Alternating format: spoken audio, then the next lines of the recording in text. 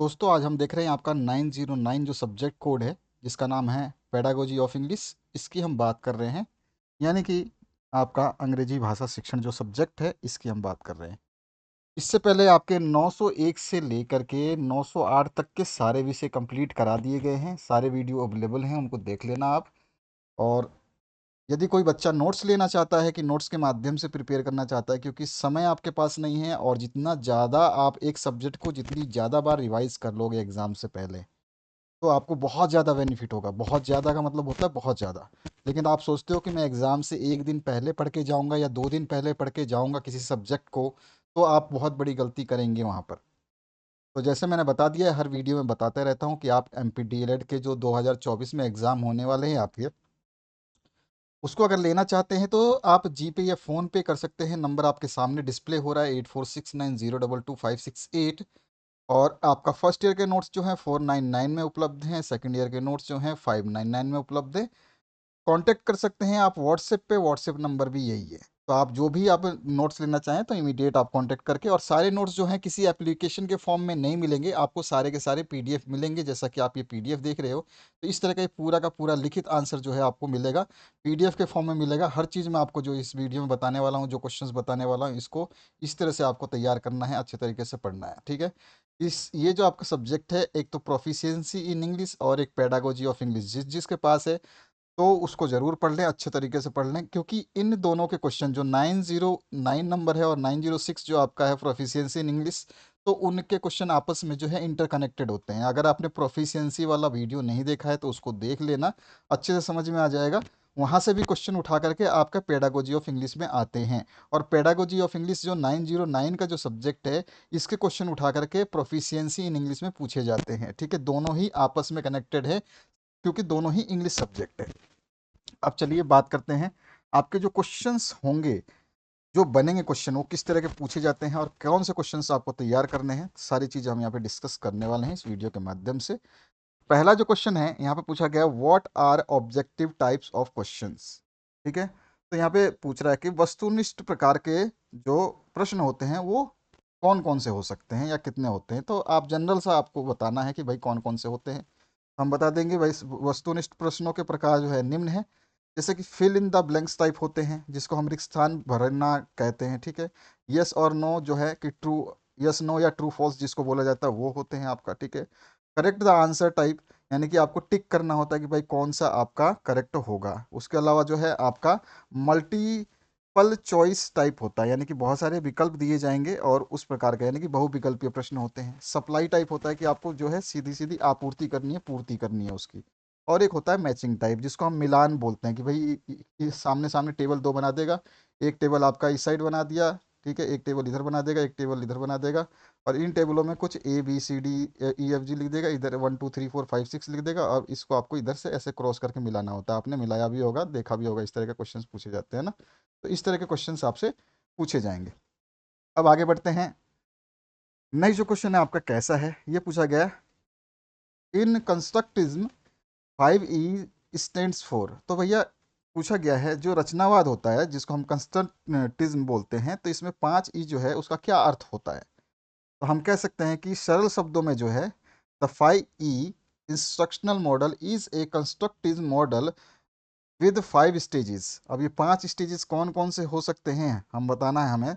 तो देखो 5E जिसे अनुदेशन मॉडल कहा जाता है, एक रचनावादी मॉडल होता है ये, ठीक है, जिसमें 5 स्टेजेज होते हैं, यानी कि 5 चरण होते हैं। पहला चरण जो होता है वो होता है इंगेज, ठीक है। इंगेज मतलब होता है किसी को संलग्न करना, मतलब किसी चीज़ में लगा देना, इंगेज मतलब बिजी कर देना, ठीक है। दूसरा होता है एक्सप्लोर, जिसमें आपका आ जाता है अन्वेषण करना, ठीक है। फिर आता है एक एक्सप्लेन, जिसमें व्याख्या किया जाता है। फिर एलोब्रेट, यानी कि जिसमें विस्तार पूर्वक बताया जाता है। फिर उसके बाद में एवेलेट, यानी कि मूल्यांकन किया जाता है। तो ये 5P आपको ध्यान रखना है, 5E आपको ध्यान रखना है। मैं यहाँ पर जो है इनको थोड़ा सा जो जो चीज़ हैं उनको हाईलाइट करता हुआ चलूँगा, ताकि आपको समझ में आ पाए कि आपको क्या बताया जा रहा है, ठीक है। तो इन पांचों चीज़ों का आपको याद रखना है, थोड़ा सा ध्यान से पढ़ना है आपको, इन सब्जेक्ट्स को अच्छे तरीके से तैयार करना है। और जितने भी सब्जेक्ट्स हैं, आपका एग्ज़ाम पहला जिस दिन शुरू है 26, आई थिंक डेट जो मेरे को याद है जहाँ तक, 26 से या 25 से आपके एग्ज़ाम शुरू हैं, नेक्स्ट मंथ से। तो जब आपके पास, आप सोच लीजिए कि एक महीना ही बचा है, अभी 12 13 तारीख हो चुकी है, और अब आपको अगले 25 को एग्ज़ाम देना है, ठीक है, 26 को एग्ज़ाम देना है, फिर एक एक दिन का आपका गैप है। ये अच्छी बात है कि आप लोगों को गैप मिल गया, कई बार तो एग्ज़ाम में गैप ही नहीं दिया गया, रेगुलर एग्ज़ाम आपके रहे हैं। तो यहाँ पर ये 5 तरह के जो आपको ध्यान रखने हैं, ये आपका सॉल्यूशन होगा। 5 ई पूछेगा तो आपको बताना होगा। ये बात तो आपको समझ में आ गई। और मैंने जैसे बताया कि आपका जो भी एग्ज़ाम है उससे पहले आपको सारे सब्जेक्ट एटलीस्ट 4 टाइम्स रिवाइज कर लेने हैं। 4 टाइम्स रिवाइज कर लिया तो आप अपने आप को समझेंगे कि जिस दिन आपका जो एग्ज़ाम है उसको पढ़ोगे तो आपको कोई भी दिक्कत नहीं होगी। ज़रूरी ये होता है कि आपका 901 से लेकर के जो आपके बहुत सारे जो सब्जेक्ट हैं ये आपस में इंटरकनेक्टेड है। मैंने जैसे कि अभी स्टार्टिंग में ही बताया था आपको कि पहले सब्जेक्ट का पहले विषय का कोई भी क्वेश्चन दूसरे विषय में आता है, दूसरे विषय का कोई भी क्वेश्चन तीसरे चौथे में आ सकता है, चौथे का पहले में आ सकता है, पांचवे का पहले में आ सकता है। इस तरह से आपस में कनेक्टेड होते हैं। अभी मैं बताने वाला हूँ कैसे कनेक्टेड होंगे, देखना आपको समझ में आएगा। अब जो है व्हाट इज डायग्नोस्टिक एवोल्यूशन। अब यहाँ पूछा गया निदानात्मक मूल्यांकन क्या होता है भैया। तो हमने निदानात्मक मूल्यांकन हिंदी में भी पढ़ा है, अब ये इंग्लिश में पूछ रहा है आपसे। तो हम बता सकते हैं कि भाई सरल शब्दों में क्या होता है, जो निदानात्मक मूल्यांकन का अर्थ क्या होता है, सीखने के दौरान, ठीक है, एवोल्यूशन मीन्स टू डायग्नोज और discover the students difficulties while learning and assess the problem accurately. तो यहाँ पे क्या बोल रहा है, जब छात्र को सीखने की जो कठिनाइयाँ होती है ना, छात्र को सीखने के दौरान छात्रों की कठिनाइयों का निदान करना या खोजना तथा समस्या का सही आकलन करना, ठीक है, यह मूल्यांकन जो है, this evolution helps the student in knowing their personality, there week points. और जो है ये क्या करता है, ये उनकी छात्रों की कमजोरियों को जानने में जो है मदद करता है। यह मूल्यांकन छात्रों के व्यक्तित्व को जानने में मदद करता है। तो ये इसका आंसर हो। इसका जो नेक्स्ट क्वेश्चन है, what is semantic aspect of English language. तो भैया सेमेंटिक एस्पेक्ट का मतलब क्या होता है, इसको बोलते हैं हम अर्थगत पहलू, ठीक है, अर्थगत पहलू। तो यहाँ पूछा गया है इंग्लिश जो भाषा है, अंग्रेजी भाषा है, इसका अर्थगत पहलू क्या है। तो हम बोलेंगे semantic aspect is the study of how meaning is created by words. यानी कि यहाँ पे बोल रहा है कि जो है आपसे बोला गया है कि जो अर्थगत पहलू क्या है अंग्रेजी का तो ये यहाँ पे बोल रहा है कि इसका मतलब है कि हम शब्दों द्वारा अर्थ किस प्रकार निर्मित करते हैं। कोई शब्द है तो उसका अर्थ किस प्रकार निकालते हैं, ठीक है, वही इसका एस्पेक्ट होता है। What are the 5 aspect of language. अब यहाँ पे लैंग्वेज के 5 जो है पहलू क्या हैं। तो यहाँ पे देखो, एक तो है फोनोलॉजी जो कि ध्वनि विज्ञान हो गया, एक मॉर्फोलॉजी हो गया, ठीक है। इसमें मॉर्फोलॉजी में भी हमारा जो आ जाएगा वो आपका आ जाता है आकृति विज्ञान कह सकते हैं। सिंटेक्स जो है आपका आ जाता है जिसमें वाक्य विन्यास देखा जाता है, वाक्य की रचना कैसी होती है। सेमेंटिक्स जो है इसमें शब्दार्थ की बात करते हैं, शब्दार्थ विज्ञान की बात करते हैं। और पैराग्मेटिक्स बोलते हैं, इसमें जो है व्यावहारिकता को देखा जाता है, ठीक है। इसके बाद जो नेक्स्ट क्वेश्चन है, what do you mean bye approach. Approach के ऊपर और मेथड के ऊपर हमेशा क्वेश्चन पूछा जाता है, तो बड़े ध्यान से आपको इन सब चीज़ों को याद रखना है कि अप्रोच क्या होता है। तो देखो, अप्रोच को बोलते हैं हम दृष्टिकोण, यानी कि दृष्टिकोण से आपका क्या अभिप्राय है। तो अगर हम दृष्टिकोण को सिंपल सादा में शब्दों में बताना चाहें, ठीक है, तो हम यहाँ पर जो है थोड़ा सा डेफिनेशन जो मैंने आपको यहाँ पे बताया है इतना लिख दोगे तो भी अच्छा है, जो कि यहाँ पे नीचे दिया गया है। According to Cambridge international dictionary, किसके द्वारा ये लिखित जो है, यहाँ पर मैं आपको इसको थोड़ा सा समझाने का प्रयास करूँ। तो ये आपको कैम्ब्रिज इंटरनेशनल डिक्शनरी के जो द्वारा जो लैंग्वेज दी गई है, डेफिनेशन दी गई है, किसकी आपको दी गई है, अप्रोच की। तो ये थोड़ा सा ध्यान रखना क्योंकि कई बार पूछता है कि भैया ये मतलब ये डेफिनेशन किसके द्वारा दी गई है। तो approach refers to different theories about the nature and acquisition of language और हाउ लैंग्वेज आर लर्नड। तो कैम्ब्रिज इंटरनेशनल डिक्शनरी के अनुसार क्या होता है कि दृष्टिकोण, जिसको हम अप्रोच बोलते हैं, अप्रोच भाषा की प्रकृति और अधिग्रहण या भाषा कैसे सीखी जाती है, अधिग्रहण मतलब कैसे ली जाती है, सीखी जाती है, इसके बारे में विभिन्न सिद्धांतों को बताता है, ठीक है। ये इसकी डेफिनेशन है जो कि कैम्ब्रिज इंटरनेशनल डिक्शनरी ने दिया है। हालांकि अप्रोच को अगर हमें डिफाइन करना पड़े, अगर 2 नंबर में पूछे, 3 नंबर में पूछे, तो आगे भी मैं इसका सिंपल आपको लैंग्वेज बताऊंगा, लेकिन ये बहुत ही परफेक्ट डेफिनेशन है अगर अप्रोच के बारे में पूछता है। An approach may be defined as a set of assumptions dealing the nature of the language and language learning. It is only a point of view or data that usually points at the aim to be achieved. It includes many teaching methods, techniques, tactics, maxims. An approach describes the nature of the subject matter to be taught. तो यहाँ पे कहने का तात्पर्य क्या है भैया कि एक जो अप्रोच है, अप्रोच को जो है भाषा और भाषा के सीखने की प्रकृति से संबंधित मान्यताओं के एक समूह के रूप में परिभाषित किया जा सकता है, सेट्स के रूप में जो है परिभाषित किया जा सकता है। यह केवल एक दृष्टिकोण या विचार है, ठीक है। ये क्या है, एक व्यू है या फिर आइडिया है। ये तो आपका कोई केवल यह एक दृष्टिकोण या विचार है जो आमतौर पर प्राप्त किए जाने वाले लक्ष्य की ओर इशारा करता है, अचीव करने का, है ना। इसमें कई शिक्षण विधियां शामिल होती हैं, जिसमें हम बता सकते हैं कि तकनीकें हैं, रणनीतियां हैं, कहावतें हैं, ये सारे इसमें शामिल होती हैं। एक अप्रोच जो है ये पढ़ाए जाने वाले विषय की प्रकृति का वर्णन करता है। अप्रोच क्या करता है, पढ़ाए जाने वाली जो विषय हमारा सब्जेक्ट है उसकी प्रकृति का वर्णन करता है, ठीक है। तो ये चीज़ आपको थोड़ा सा ध्यान रखना है। अगर मैं इंग्लिश में पढ़ूंगा फिर उसको हिंदी में बोलूंगा तो ये वीडियो बनेगी 3-4 घंटे की। इतना समय आपके पास नहीं है, आपको मैं डायरेक्ट बताता रहूँगा कि इसको हिंदी में क्या कह रहा है, ये क्या क्वेश्चन पूछ रहा है और क्या इसका आंसर होना चाहिए।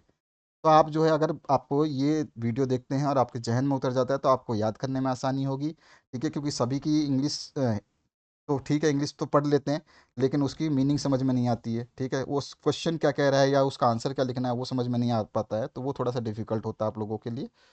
इसके बाद जो है what do you mean by method. अब यहाँ पे पहले तो अप्रोच की बात हुई थी कि अप्रोच क्या होता है।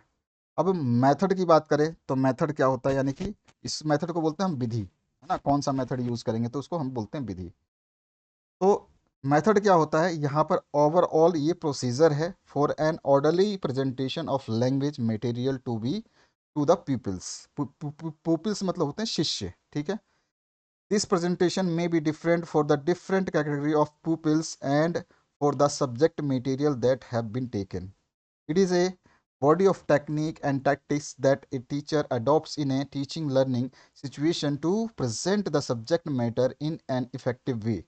तो यहाँ पे बोल क्या रहा है, जो विधि होती है जिसको मेथड बोलते हैं, तो ये मेथड जो है विद्यार्थियों को भाषा सामग्री की व्यवस्थित प्रस्तुति के लिए एक समग्र प्रक्रिया के रूप में मानी जाती है, ठीक है। यह प्रस्तुति जो है विद्यार्थियों की विभिन्न श्रेणियों और विभिन्न विषय सामग्री के लिए अलग अलग हो सकती है, ठीक है। उसके अलावा यहाँ पे और बताया गया है जो ये बोल रहा है कि यह तकनीक जो है ये तकनीकों और युक्तियों का एक समूह होता है, ठीक है। यहाँ पे आप देख सकते हो क्या है ये, it is a body of technique and tactics, ठीक है। तो ये समूह होता है, तो ये तकनीकों और युक्तियों का समूह होता है जिसे एक शिक्षक शिक्षण अधिगम में किसी वस्तु को प्रभावी तरीके से प्रस्तुत करने के लिए अपनाता है। तो ये चीज़ हम इसमें बता सकते हैं। एक डेफिनेशन है जो कि आपको याद होना चाहिए, जिसको वेस्ली ने दिया है। तो अकॉर्डिंग टू वेस्ली मेथड का जो डेफिनेशन है वो क्या होगा, तो teaching methods that process run by the teacher in that student achieve knowledge. तो यहाँ पे बोला गया शिक्षण विधियाँ शिक्षण द्वारा संचालित वह प्रक्रिया है जिसके माध्यम से छात्र जो है ज्ञान प्राप्त करता है, ठीक है। बहुत ही जो जो डेफिनेशन है मैं हाईलाइट कर रहा हूँ, थोड़ा सा ध्यान से समझना। चलिए आगे देखते हैं कौन सा प्रश्न है। अच्छा, अब यहाँ पर जो है कम्यूटेटिव रिकॉर्ड के बारे में पूछा गया है। तो देखिए यानी कि जिसको हम संचयी अभिलेख कहते हैं, थोड़ा सा ये ब्लर हो गया है, इसमें इशू कुछ रह गया होगा, एक बार देखता हूँ मैं। देखिए कम्यूटेटिव अप्रोच क्या होता है, कम्यूलेटिव अप्रोच को बोलते हैं हम संचयी अभिलेख। अब ये अभिलेख कैसा होता है, तो देखिए थोड़ा छोटा करके दिखाना चाहूँगा मैं आपको, फिर बाकी समझाता हूँ। देखो इसमें एक ऐसा फॉर्म दिया जाता है, जो फॉर्म आप देख रहे हैं, जो आप जब इसे एडमिशन वगैरह लेने जाते हैं तो आपको भरा जाता है, ठीक है।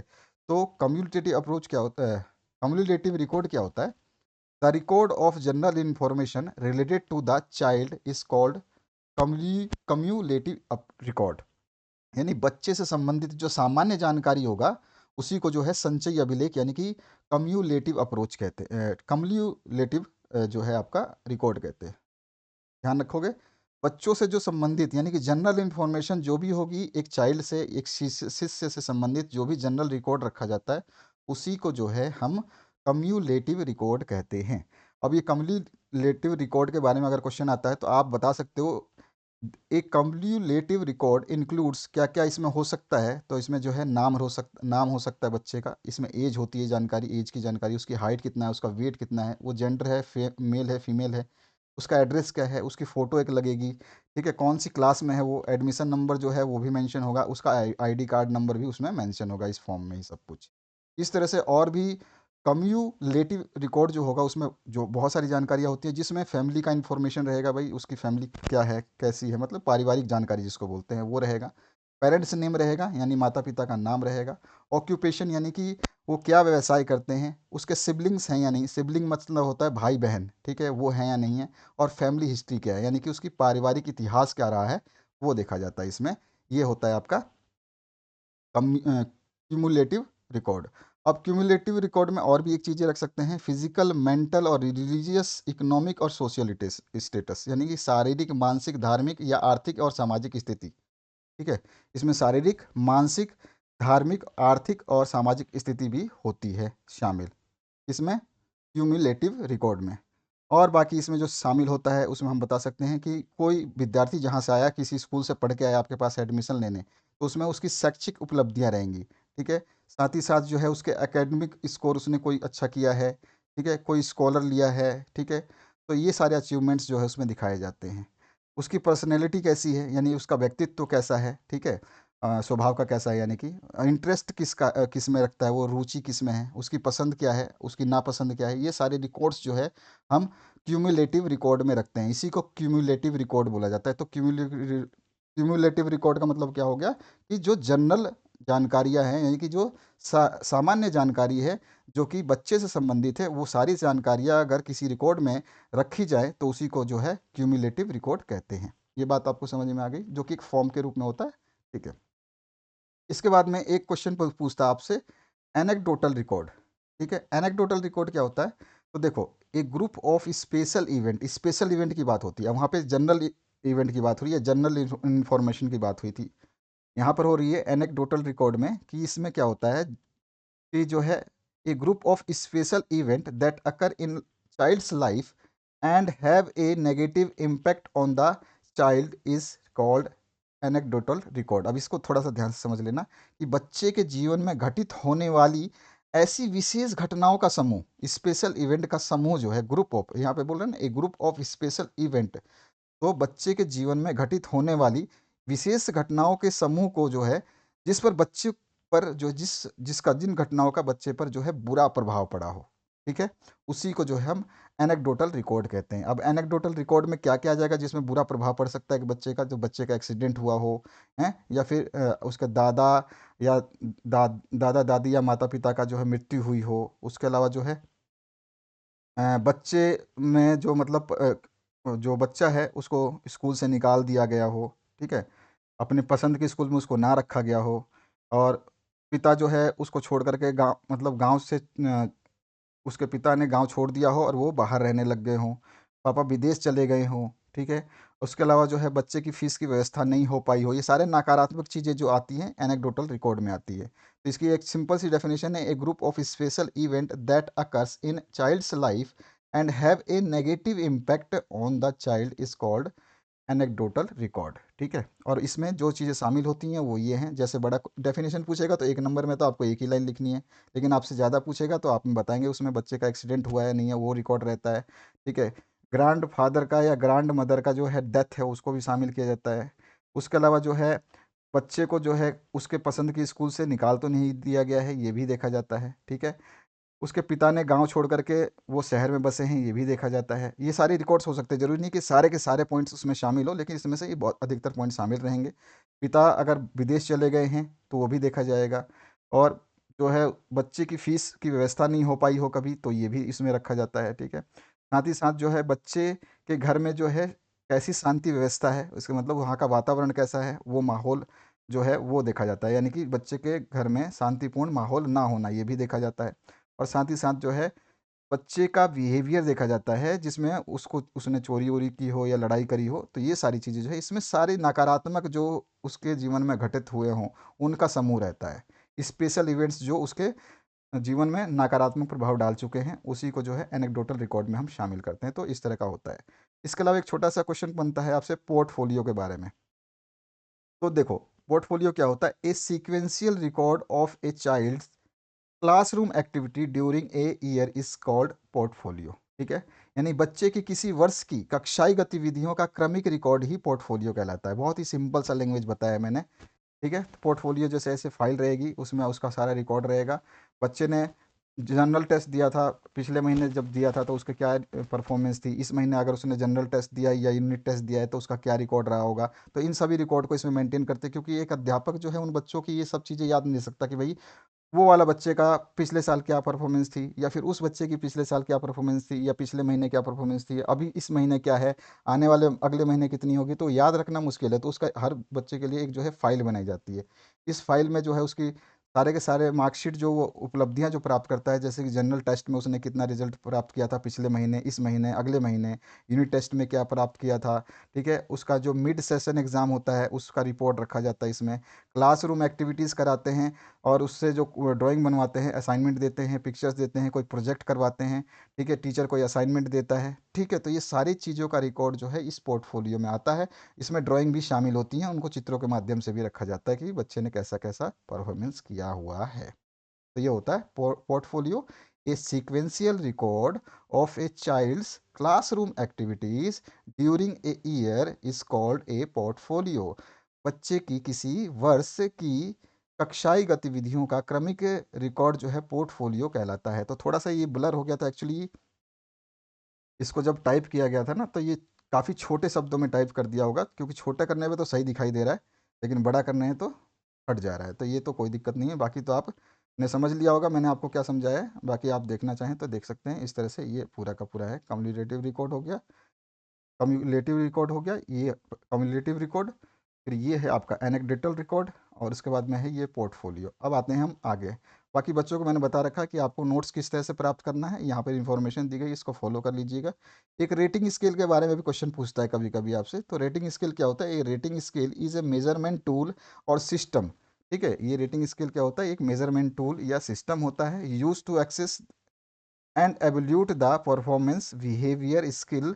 ये सारे के सारे एक विद्यार्थियों का या किसी चीज़ का भी, चाहे कोई विद्यार्थी हो, कोई प्रोडक्ट हो या सर्विस हो, उसकी परफॉर्मेंस कैसी है, उस चीज़ का बिहेवियर कैसा है, उसकी स्किल्स कैसी हैं, उसकी कैरेक्टरिस्टिक्स, उसकी विशेषताएं कैसी है, इन सब चीज़ों का जो है मापन किया जाता है। और उस रेटिंग स्केल में जो है हम क्या करते हैं कि जैसे कि आप एग्जाम्पल समझोगे, हामिद है, आपने स्टोरी पढ़ा होगा, हामिद ने जो है चिमटा खरीदा था बाजार से। ठीक है, तो अगर मैं आपको दे दूं एक टेबल फॉर्म में, खाली हाँ ना में आपको उत्तर देना है, मतलब आपको देना है कि देखो हामिद ने चिमटा खरीदा, तो एक विद्यार्थी को मैंने ऑप्शन दिए, गुड है, बेटर है, वेरी पुअर है, पुअर है। तो उसको जो समझ में आया उस स्टोरी से तो वो क्या बोलेगा? गुड है। दूसरे बच्चे को वही फॉर्म दिया मैंने, उसमें भी वही लिखा मैंने कि हामिद ने चिमटा खरीदा, क्या है ये? गुड है, क्या बेस्ट है, या फिर पुअर है, वेरी पुअर है। तो वो दूसरे बच्चे के माइंड में है कि यार एक छोटा बच्चा जो मेले में घूमने गया, उसको चिमटा खरीदने की क्या ज़रूरत थी, वो खिलौना खरीद सकता था। तो वहाँ पर वो क्या बोलेगा कि ये वेरी पुअर है। तो हर बच्चा जो है गुड, पुअर, बेस्ट, एक्सीलेंट, इस तरह के जो ऑप्शंस आते हैं ना, वही रेटिंग स्केल होता है। उसमें हम क्या करते हैं, बच्चे की परफॉर्मेंस जैसी है, या जो उस प्रोडक्ट की परफॉर्मेंस है कि गुड है, बेस्ट है, एक्सीलेंट है, वेरी पुअर है, हम जिस पे टिक करके भेजते हैं। आपसे फीडबैक फॉर्म मांगा जाता है ना कि आप बताओ कि कैसा है, बेस्ट है कि नहीं। तो उस तरह का ये रेटिंग स्केल होता है। ठीक है, तो उस पर बच्चों की परफॉर्मेंस को इंगित किया जाता है। कई डब्बे हो सकते हैं, कई सवाल हो सकते हैं एक ही बच्चे के बारे में, और बाकी फिर वो उसके बारे में जो है आपसे पूछा जाएगा, तो वही चीज़ होती है रेटिंग स्केल। अब चलिए, अब अप्रोच और मेथड हमने अभी पढ़ा था, तो उसके बारे में क्या है, आपसे डिफरेंसेस पूछता है कभी कभी कि भाई अप्रोच और मेथड में क्या क्या जो है अंतर हो सकते हैं। तो यहाँ पे बता सकते हो कि भाई अप्रोच जो है ये tells what to teach. Approach क्या बताता है कि हमें क्या पढ़ाना है। ठीक है, मेथड क्या बोलता है? मेथड वो बोलता है हाउ टू टीच, मतलब हम कैसे पढ़ाएंगे उसको। ठीक है, इसी तरह से अप्रोच जो है, approach refers to the different theories about the nature and acquisition of language और हाउ लैंग्वेज आर लर्नड। तो यहाँ पर जो है अप्रोच ये भी बताता है कि आप डिफरेंट मेथड या थ्योरी क्या यूज़ करते हैं, कौन सा नेचर जो है, कौन सी प्रकृति जो है आप अपनाते हैं, किसी बच्चे के द्वारा जो है लैंग्वेज कैसे ग्रहण किया जाता है, ये सारी चीज़ें जो है इसमें सिखाई जाती हैं। मेथड जो है इसमें ओवरऑल प्रोसीजर होता है, ठीक है, कि हम कैसे उस बच्चे को उस लैंग्वेज को सिखाने का अभ्यास करेंगे, कैसे कौन-कौन से मटेरियल को यूज़ करेंगे, तो वो हो जाता है मेथड में। तो इसी तरह से डिफरेंसेस हैं, बहुत सारे डिफरेंसेस हैं, आप इनको पढ़ के समझ सकते हो। ये बहुत ईज़ी है, मैंने सामने-सामने लिखे हैं। ये आपका जब आएगा तो 3 नंबर से 4 नंबर का क्वेश्चन पूछेगा, डिफरेंस में पूछेगा तो आपके आमने-सामने जो है पूरे लिखे हुए हैं डिफरेंसेस, ठीक है? तो इस तरह के क्वेश्चंस को आपको पढ़ के याद करना है। आगे बढ़ते हैं, नेक्स्ट क्वेश्चन कैसा होगा? Describe approaches of English teaching. अब आपको जब इंग्लिश टीचिंग करनी है तो कौन कौन से अप्रोचेस आपको अपनाने होंगे, आपको उसको पूछ रहा है कि भाई बताओ कौन कौन से अप्रोचेस अपनाओगे आप जब इंग्लिश टीचिंग कराओगे। तो देखो, अप्रोचेस जो अपनाओगे इंग्लिश टीचिंग के दौरान में उसमें आपके बहुत सारी है। इसमें आपका स्ट्रक्चरल अप्रोच आता है पहला, ठीक है। दूसरा आता है सिचुएशनल अप्रोच, फिर natural approach, linguistic communicative approach होता है, और इलेक्ट्रिक अप्रोच होता है, और होल लैंग्वेज अप्रोच होता है। इनके ऊपर अलग अलग क्वेश्चंस बनते हैं, ठीक है। स्ट्रक्चरल अप्रोच जिसको हम संरचनात्मक या संरचनात्मक दृष्टिकोण कहते हैं, ठीक है। इस तरह से जो है आपका नेक्स्ट जो है सिचुएशनल अप्रोच होता है कि मतलब स्थितिजनक अप्रोच कौन सा दृष्टिकोण अपनाएंगे, स्थितिजनक अप्रोच क्या होगा, ठीक है। नेचुरल जो है प्राकृतिक दृष्टिकोण कैसा रहेगा, और उसके अलावा जो है भाषाई संचार लिंग्विस्टिक कम्युनिकेटिव यानी कि भाषाई संचार दृष्टिकोण कैसा रहेगा, ठीक है। तो ये सारे के सारे अप्रोचेस है जो इंग्लिश टीचिंग के दौरान जो है यूज़ किए जाते हैं, जो कि 6 हैं। अब इन 6 के बारे में अलग अलग पूछ सकता है या डायरेक्ट एक बड़ा ही क्वेश्चन बना सकता है। तो स्ट्रक्चरल अप्रोच के बारे में पूछेगा तो आपको ये सारी चीज़ें इसमें शामिल करनी होगी, बतानी होगी भाई स्ट्रक्चरल अप्रोच क्या होता है, ठीक है। It is based on the belief that in the learning of a language, mastery of structure is much more important than the enlargement of vocabulary। अब इसके अंदर क्या होता है, जो हम अपना अप्रोच स्ट्रक्चरल अप्रोच की बात करते हैं तो इसमें क्या होता है, इस बात का विश्वास रहता है या इस बात पे बल देता है कि किसी भाषा को सीखने में शब्दावली की विस्तार की तुलना में जो है संरचना में महारत होना हासिल होना चाहिए, ठीक है। वोकाबुलरी पे ज़्यादा नहीं, उसकी संरचना कैसी है उस पे जो है महत्वपूर्ण जो है बल दिया जाता है।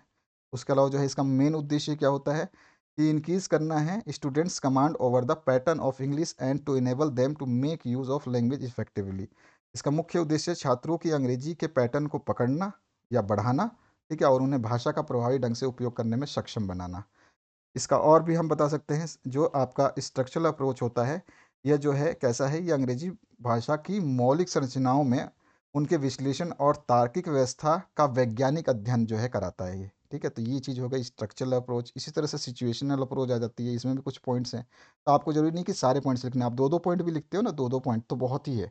अगर आपको सारे को विस्तार से करना पड़े, 6 नंबर 5 नंबर का पूछ ले आपसे, तो इसमें से एक एक दो दो पॉइंट आपको स्ट्रक्चरल अप्रोच के बारे में 2 पॉइंट लिख दिया, सिचुएशनल अप्रोच के बारे में जैसे आपने यहाँ पे 2 पॉइंट लिख दिया कि भाई सिचुएशन जो कि परिस्थिति के अनुसार जो है कौन सा अप्रोच है, ठीक है।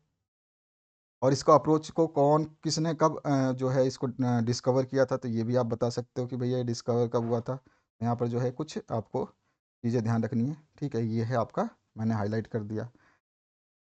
इसी तरह से आप एग्जाम्पल भी दे सकते हो कि भैया जैसे कि हमने बचाया सिचुएशनल अप्रोच, अब बच्चा सिचुएशन से ही समझ जाता है। देखो, हम अगर किसी बच्चे को बोलते हैं कि पेंसिल, तो वो इसलिए नहीं जानता कि उसको हमने डिक्शनरी दे करके पेंसिल का मीनिंग सिखाया होगा। बच्चा इस सेंटेंस पेंसिल को इसलिए जानता है, जैसे कि मैंने बोला कि बच्चा राइट विथ पेंसिल, जैसे कि यहाँ पे एग्जांपल दिया राइट विथ पेंसिल, ठीक है। और मैं बोलूँ शार्पन द पेंसिल, तो उसको पता है कि मैं उसको पेंसिल निकालने के लिए बोल रहा हूँ, ठीक है। मैं पेंसिल उसको छीलने के लिए बोल रहा हूँ। क्यों? क्योंकि जो है बच्चा पेंसिल इसलिए जानता है क्योंकि इस सेंटेंस को बार बार सुन रहा है, ठीक है, बार बार पेंसिल को सुन रहा है, अगल बगल देख रहा है, तो सिचुएशन के हिसाब से जो एक्शन कर रहा है, तो इसी को सिचुएशनल अप्रोच कहा जाता है। इसके बाद आता है आपका नेक्स्ट नेचुरल अप्रोच, ठीक है, जिसको प्राकृतिक अप्रोच कहा जाएगा आपका, या प्राकृतिक दृष्टिकोण बोला जाएगा, ठीक है। इस सिद्धांत को जो है किसने दिया था, ये हमें थोड़ा सा ध्यान रखना है कि भैया किसने दिया था। ये अप्रोच के बारे में आपसे क्वेश्चन अलग से पूछ लेता है, थोड़ा सा आपको समझ लेना है जो चीज़ें बता रहा हूँ, ठीक है। ये किसने दिया था, ठीक है।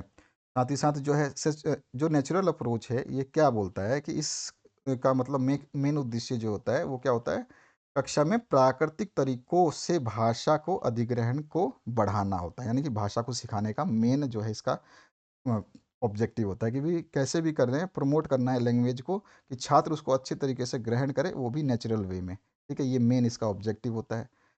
इसके अलावा जो है आपका लिंग्विस्टिक कम्युनिकेटिव अप्रोच आता है, इसके बारे में भी आपसे पूछा जाए तो आपको पता होना चाहिए। ठीक है, तो यहाँ पर इसको भी आपको पता होना ज़रूरी है। अब इसमें जो है क्या हो जाता है कि भाषाई संचार, तो इस दृष्टिकोण में क्या होता है कि इसकी हम बात करें तो इसमें अंग्रेजी सिखाने का जो है नवीनतम दृष्टिकोण माना जाता है इसको। ठीक है, ये जो है रीसेंट और लेटेस्ट जो है आपको अप्रोच देखने को मिलती है, लिंग्विस्टिक अप्रोच जो है। ठीक है, और इसमें उस और ख़ास बात है, ये great emphasis on the use of language. अब ये क्या देता है, ये जो अप्रोच है ना, ये भाषा के उपयोग पर बहुत ज़्यादा जोर देता है। लिंग्विस्टिक कम्युनिकेटिव अप्रोच जो है भाषा के उपयोग पर जो है एम्फेसिस मतलब बहुत ज़्यादा जोर देना। ठीक है, तो उसके अप्रोच पर जो है बहुत ज़्यादा जोर देता है। अच्छा, इसको किसने दिया था ये भी आपको पता होना चाहिए। तो ये डेल हेमिस ने दिया था, तो ये आपको पता होना चाहिए। आगे है, यहाँ पे बोल रहा है कि जो ये अप्रोच है ये संचार के अवसर प्रदान करता है, जहाँ पे छात्र जो है स्कूलों में बातचीत करते हैं। ठीक है, बातचीत करते हैं, बहस करते हैं, साहित्यिक गतिविधियाँ करते हैं, सांस्कृतिक गतिविधियाँ करते हैं, जिससे जो है वो क्या करते हैं, डिफरेंट टाइप की कल्चरल एक्टिविटीज़ करते हैं, जिससे जो है उनका जो है विचार जो है, जो उनके बातें होती हैं, जो हम लैंग्वेज बोलना चाहते हैं, वो आपस में जो है एक दूसरे से को बोल पाने में सक्षम हो जाते हैं। बच्चे जब आपस में बोलेंगे, गलत बोले सही बोले, लेकिन वो जो है उसको सीखने का प्रयास करते हैं। उनको डर नहीं रहता कि मेरे को कोई टोकने वाला है। तो ये बहुत अच्छी बात है। ठीक है ना? यह जो है मेन जो है स्ट्रेस किस पे देता है, ये सबसे ज़्यादा जो जोर देता है ये दृष्टिकोण या जो अप्रोच है, ये भाषा का उपयोग कैसे किया जाता है और भाषा की उपयोगिता क्या है। ठीक है, इसके ऊपर जो है ये सबसे ज़्यादा जोर देता है। इसके बाद आता है आपका इलेक्ट्रिक अप्रोच। अब ये जो है दृष्टिकोण कैसा है आपका, ये भी पता होना चाहिए।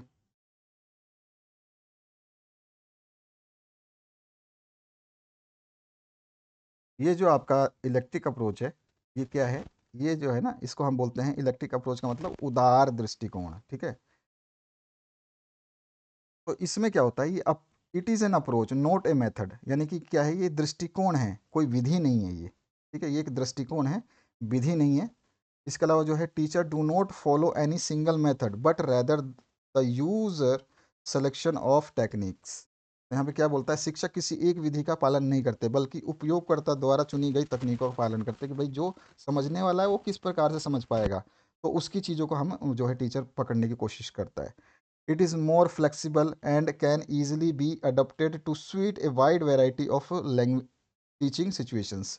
और इसकी क्या बात है खास, ये अधिक लचीला है और इससे जो है विभिन्न प्रकार की शिक्षण स्थितियों के लिए अनुरूप जो है इस्तेमाल किया जा सकता है। Teacher who follows this approach is less likely to become fixed in one single method and more likely to keep an eye open for new techniques and approaches to teach English। अब यहाँ पे क्या होता है, जो शिक्षक इस दृष्टिकोण यानी अप्रोच का पालन करते हैं, उसके लिए एक विधि, ये एक विधि पर जो है वो नहीं अड़ते हैं, मतलब कि एक एक ही विधि पे मैं फॉलो करूँगा तो उसकी बात नहीं करते हैं। ये अंग्रेजी पढ़ाने के लिए जो है नई तकनीकों का जो है, नई तकनीकें क्या आई हैं, नई दृष्टिकोण क्या है, उसमें जो है ज़्यादा जो है अ, बल देते हैं, वो किसी एक चीज़ पर टिके नहीं रहते हैं। ये चीज़ इसमें बताई गई है। Whole language approach, whole language approach का मतलब हो गया कि केवल जो है संपूर्ण भाषा का दृष्टिकोण अपनाना। होल का मतलब हो गया संपूर्ण और लैंग्वेज होगी आपकी भाषा। तो इसमें क्या होता है, ये जो है होल लैंग्वेज अप्रोच क्या होता है, ये जो है किसी लैंग्वेज को, ठीक है, संपूर्ण इकाई के रूप में जो है लर्निंग सिखाता है। यानी कि सीखते समय लिखना है, बोलते समय और पढ़ते समय और सुनते समय, यानी कि जो भी करना है, लिखते समय, बोलते समय, पढ़ते समय, हमको जो है सब कुछ करना है तो एक साथ ही करना है। होल लैंग्वेज अप्रोच को एक साथ ही मतलब सीखना है। साथ ही साथ जो है यहाँ पर जो भाषा सिखाई जाएगी वो टुकड़ों में नहीं सिखाई जाएगी। Language is regarded holistically not in pieces, यानी टुकड़ों में नहीं भाषा को सिखाया जाता, समग्र रूप से जो है सिखाया जाता है। यानी कि भाषा को समग्र रूप से सिखाते हैं, ना कि टुकड़ों में। इसीलिए बोल रहा हूँ कि यहाँ पर जो सीखते समय ना लिखना, बोलना, पढ़ना, सुनना, ये सारी चीज़ें जो है बिल्कुल बल दिया जाता है कि भाई लिखने को तैयार रहो, सुनने को तैयार रहो, बोलने का पूछा जाए तो बोलने के लिए तैयार रहो। तो इस तरह से ये भाषा जो है संपूर्ण भाषा दृष्टिकोण जिसको बोलते हैं होल लैंग्वेज अप्रोच, ये इस पे काम करता है। तो इन सभी को आपको अच्छे तरीके से बताना है। इसके बाद आइए नेक्स्ट जो क्वेश्चन आपका बनेगा, what are the qualities of good handwriting. ठीक है। अच्छी लिखावट के गुण क्या है, कि हमने हिंदी सब्जेक्ट में भी पढ़ा है कि भाई अच्छी लिखावट के गुण क्या होते हैं, दोष क्या होते हैं, कैसे सुधार सकते हैं, इस तरह के क्वेश्चंस पूछते हैं। तो इंग्लिश में भी इस तरह के क्वेश्चंस पूछे जाते हैं। तो इसको हम समझते हैं। हम बता सकते हैं भैया बहुत सारी क्वालिटीज़ हो सकती हैं। ठीक है, कौन कौन सी क्वालिटीज़ हम इसमें बता सकते हैं। देखो, शुड बी लिजिबल। लिजिबल मतलब सुपाठ्य होना चाहिए, कोई भी पढ़े तो उसको अच्छा लगे कि हाँ यार इसने लिखा तो अच्छा है। ठीक है। It must be neat and clean, यानी कि कैसा होना चाहिए, साफ सुथरा होना चाहिए।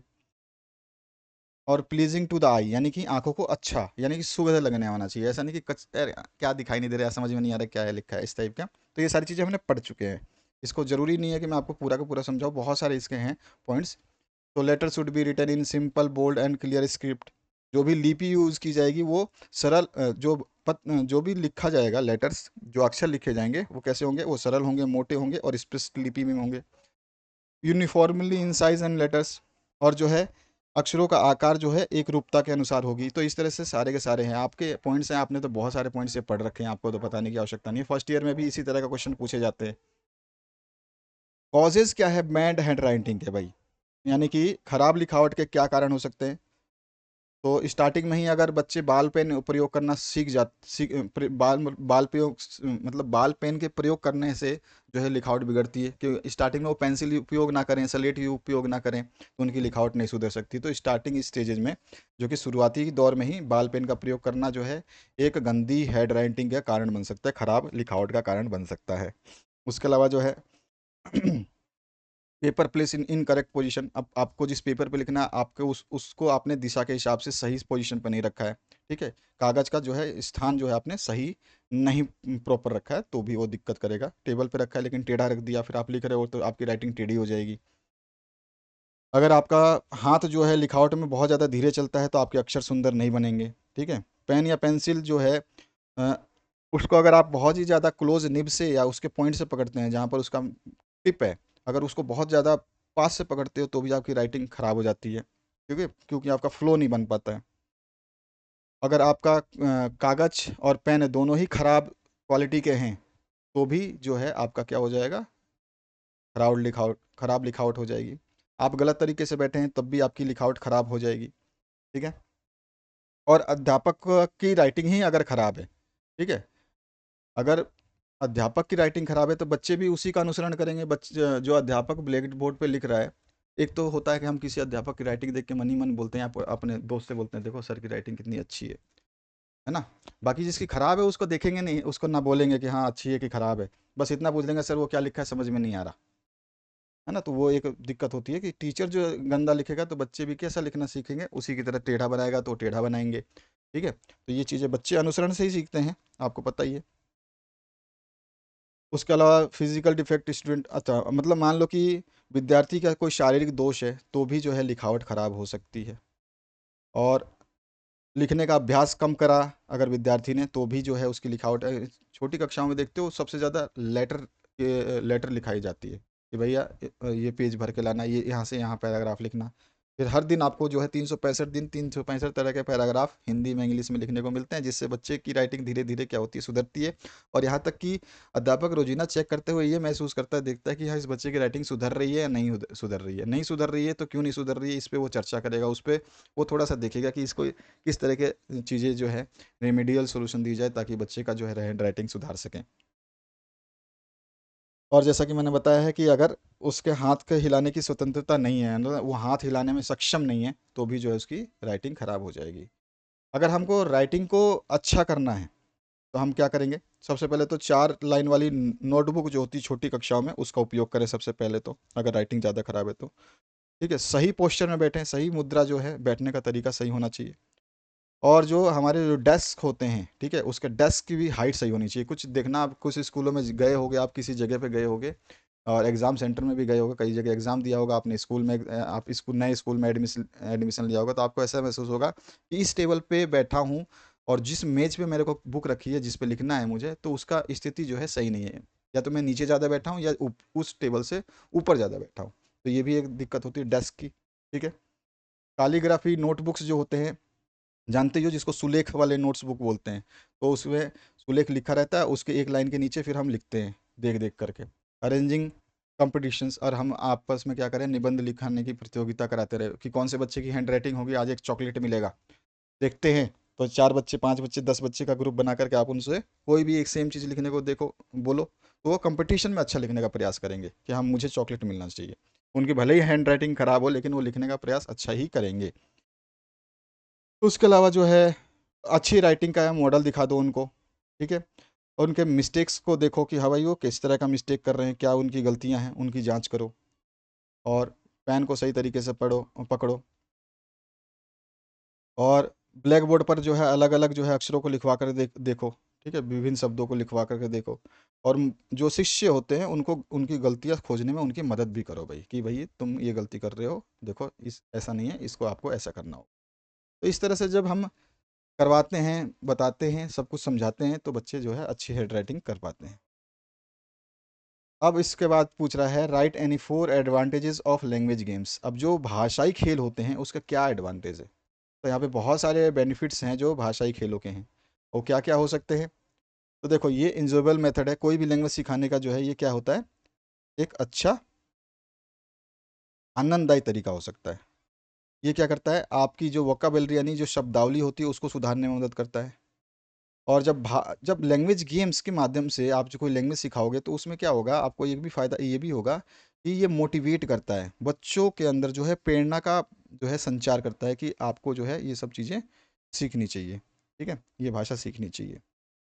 और साथ ही साथ जो है ये क्या करता है, ये कम्युनिकेशन इन इंग्लिश लैंग्वेज, यानी कि इंग्लिश भाषा का जो कम्युनिकेशन है, संचार है, उसको बढ़ाता है। लैंग्वेज गेम जो हैं ये अच्छे अपॉर्चुनिटीज़ प्रदान करते हैं कि आप जो है कुछ ही भाषा को कैसे पकड़ेंगे, ठीक है, प्रैक्टिस कैसे करेंगे, वो परिस्थितियाँ हैं जो यहाँ पे मिलती हैं देखने को, सिचुएशंस कैसे हैं वो प्राप्त होते हैं कि भाषाई जो गेम हो उससे द्वारा जो है मीनिंगफुल सिचुएशंस मिलते हैं, ठीक है। यानी कि सार्थक जो है परिस्थितियाँ प्रदान होती हैं कि बच्चा भाषा का अभ्यास करे। Reduce anxiety related to the learning and making errors. और इसमें क्या होता है, ये जो है सीखने और गलतियां करने के संबंधित जो चिंता होती है ना हमारी, उसको भी कम करता है। तो ये सारे सारे लैंग्वेज गेम्स के बेनिफिट्स हैं, एडवांटेजेस हैं। फिर आता है आपके ग्रामर कितने प्रकार के होते हैं, यानी व्याकरण कितने प्रकार के होते हैं। तो बहुत सारे हैं, डिस्क्रिप्टिव है, प्रिस्क्रिप्टिव है, कॉम्परेटिव है, जनरेटिव है, मेंटल है, परफॉर्मेंस है, ट्रेडिशनल है, ट्रांसफॉर्मेशनल है। उसके अलावा यूनिवर्सल ग्रामर, ये सारे ग्रामर्स के प्रकार हैं। इन ग्रामर्स को ध्यान रखना, जिसमें आपका निर्देशात्मक, वर्णनात्मक, तुलनात्मक, ठीक है ना, मानसिक, प्रदर्शन, पारंपरिक, परिवर्तन और सार्वभौमिक व्याकरण जो है सम्मिलित होते हैं। Describe in brief direct method of English teaching. अभी जो है आपको प्रत्यक्ष विधि का जो है संक्षेप में बताना है कि प्रत्यक्ष विधि जो है इंग्लिश पढ़ाने का प्रत्यक्ष विधि क्या होती है। तो देखो, प्रत्यक्ष विधि का मतलब क्या हो गया कि अपनी मातृभाषा की सहायता के बिना शिक्षक शरीर और अपने जो शारीरिक और मानसिक कौशल के माध्यम से, अपने अनुभव से, अपनी अभिव्यक्तियों से, ठीक है, शब्दों से, वाक्यांशों से, मुहावरों से, अर्थों से, नियमों से, किसी प्रदर्शन से जो है, किसी दृश्य सामग्री से जो है उसको पढ़ाए, ठीक है, without any help of mother's tongue, ठीक है। यानी कि माता, जो हमारी मातृभाषा होती है, जिस जो घर में बोलते हैं हम, वो भाषा को छोड़ कर जब अध्यापक बोलता है कि भैया इसके बिना तुम सिखा दो, तो यही होता है जो है आपका क्या, describe the brief direct method. Direct method का क्या हो गया, प्रत्यक्ष विधि। यहाँ पे अप्रत्यक्ष की बात, अप्रत्यक्ष में तो आपका मदर टंग जो है शामिल होगा। यहाँ पे विदाउट जो है आपको बता रहा है ना, ये बहुत इंपॉर्टेंट है, without any help of learners mothers tongue. Direct method क्या होता है, ये जो है ये केंद्रितता पे आधारित होती है, विदेशी भाषा की तकनीकों का एक सेट होता है ये, ठीक है, उसी पर आधारित होती है। जो आपका डायरेक्ट मेथड है, द मंत्र of the direct method is, अब जो मंत्र क्या है डायरेक्ट मेथड का, यहाँ पर जो बोल सकते हैं, यहाँ पर जो बोल रहा है कि डोमोन्स्ट्रेट डोंट ट्रांसलेट, यानी कि यहाँ पे प्रदर्शन करो, दिखाओ, उसको अनुवाद मत करो, ठीक है।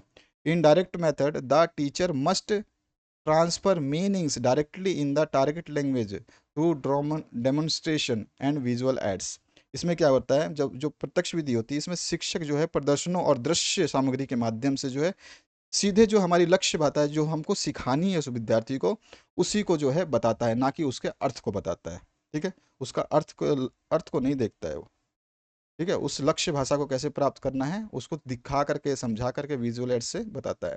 तो एक मंत्र आपको जो है ध्यान रखना है कि मंत्र क्या है, द मंत्र ऑफ डायरेक्ट मेथड। तो ये डायरेक्ट मेथड का मंत्र आपसे एमसीक्यू पूछ ले, छोटे क्वेश्चन में पूछ ले, तो डेमोन्स्ट्रेट डोंट ट्रांसलेट पूछ ले कि विच लैंग्वेज हैज द मंत्र of direct month of demonstrate don't translate. तो आपको पता होना चाहिए ये डायरेक्ट मेथड का है।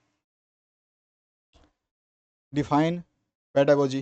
तो भैया शिक्षण शास्त्र की परिभाषा क्या होती है, तो हम कह सकते हैं सीधा सीधा pedagogy is the study and theory of methods.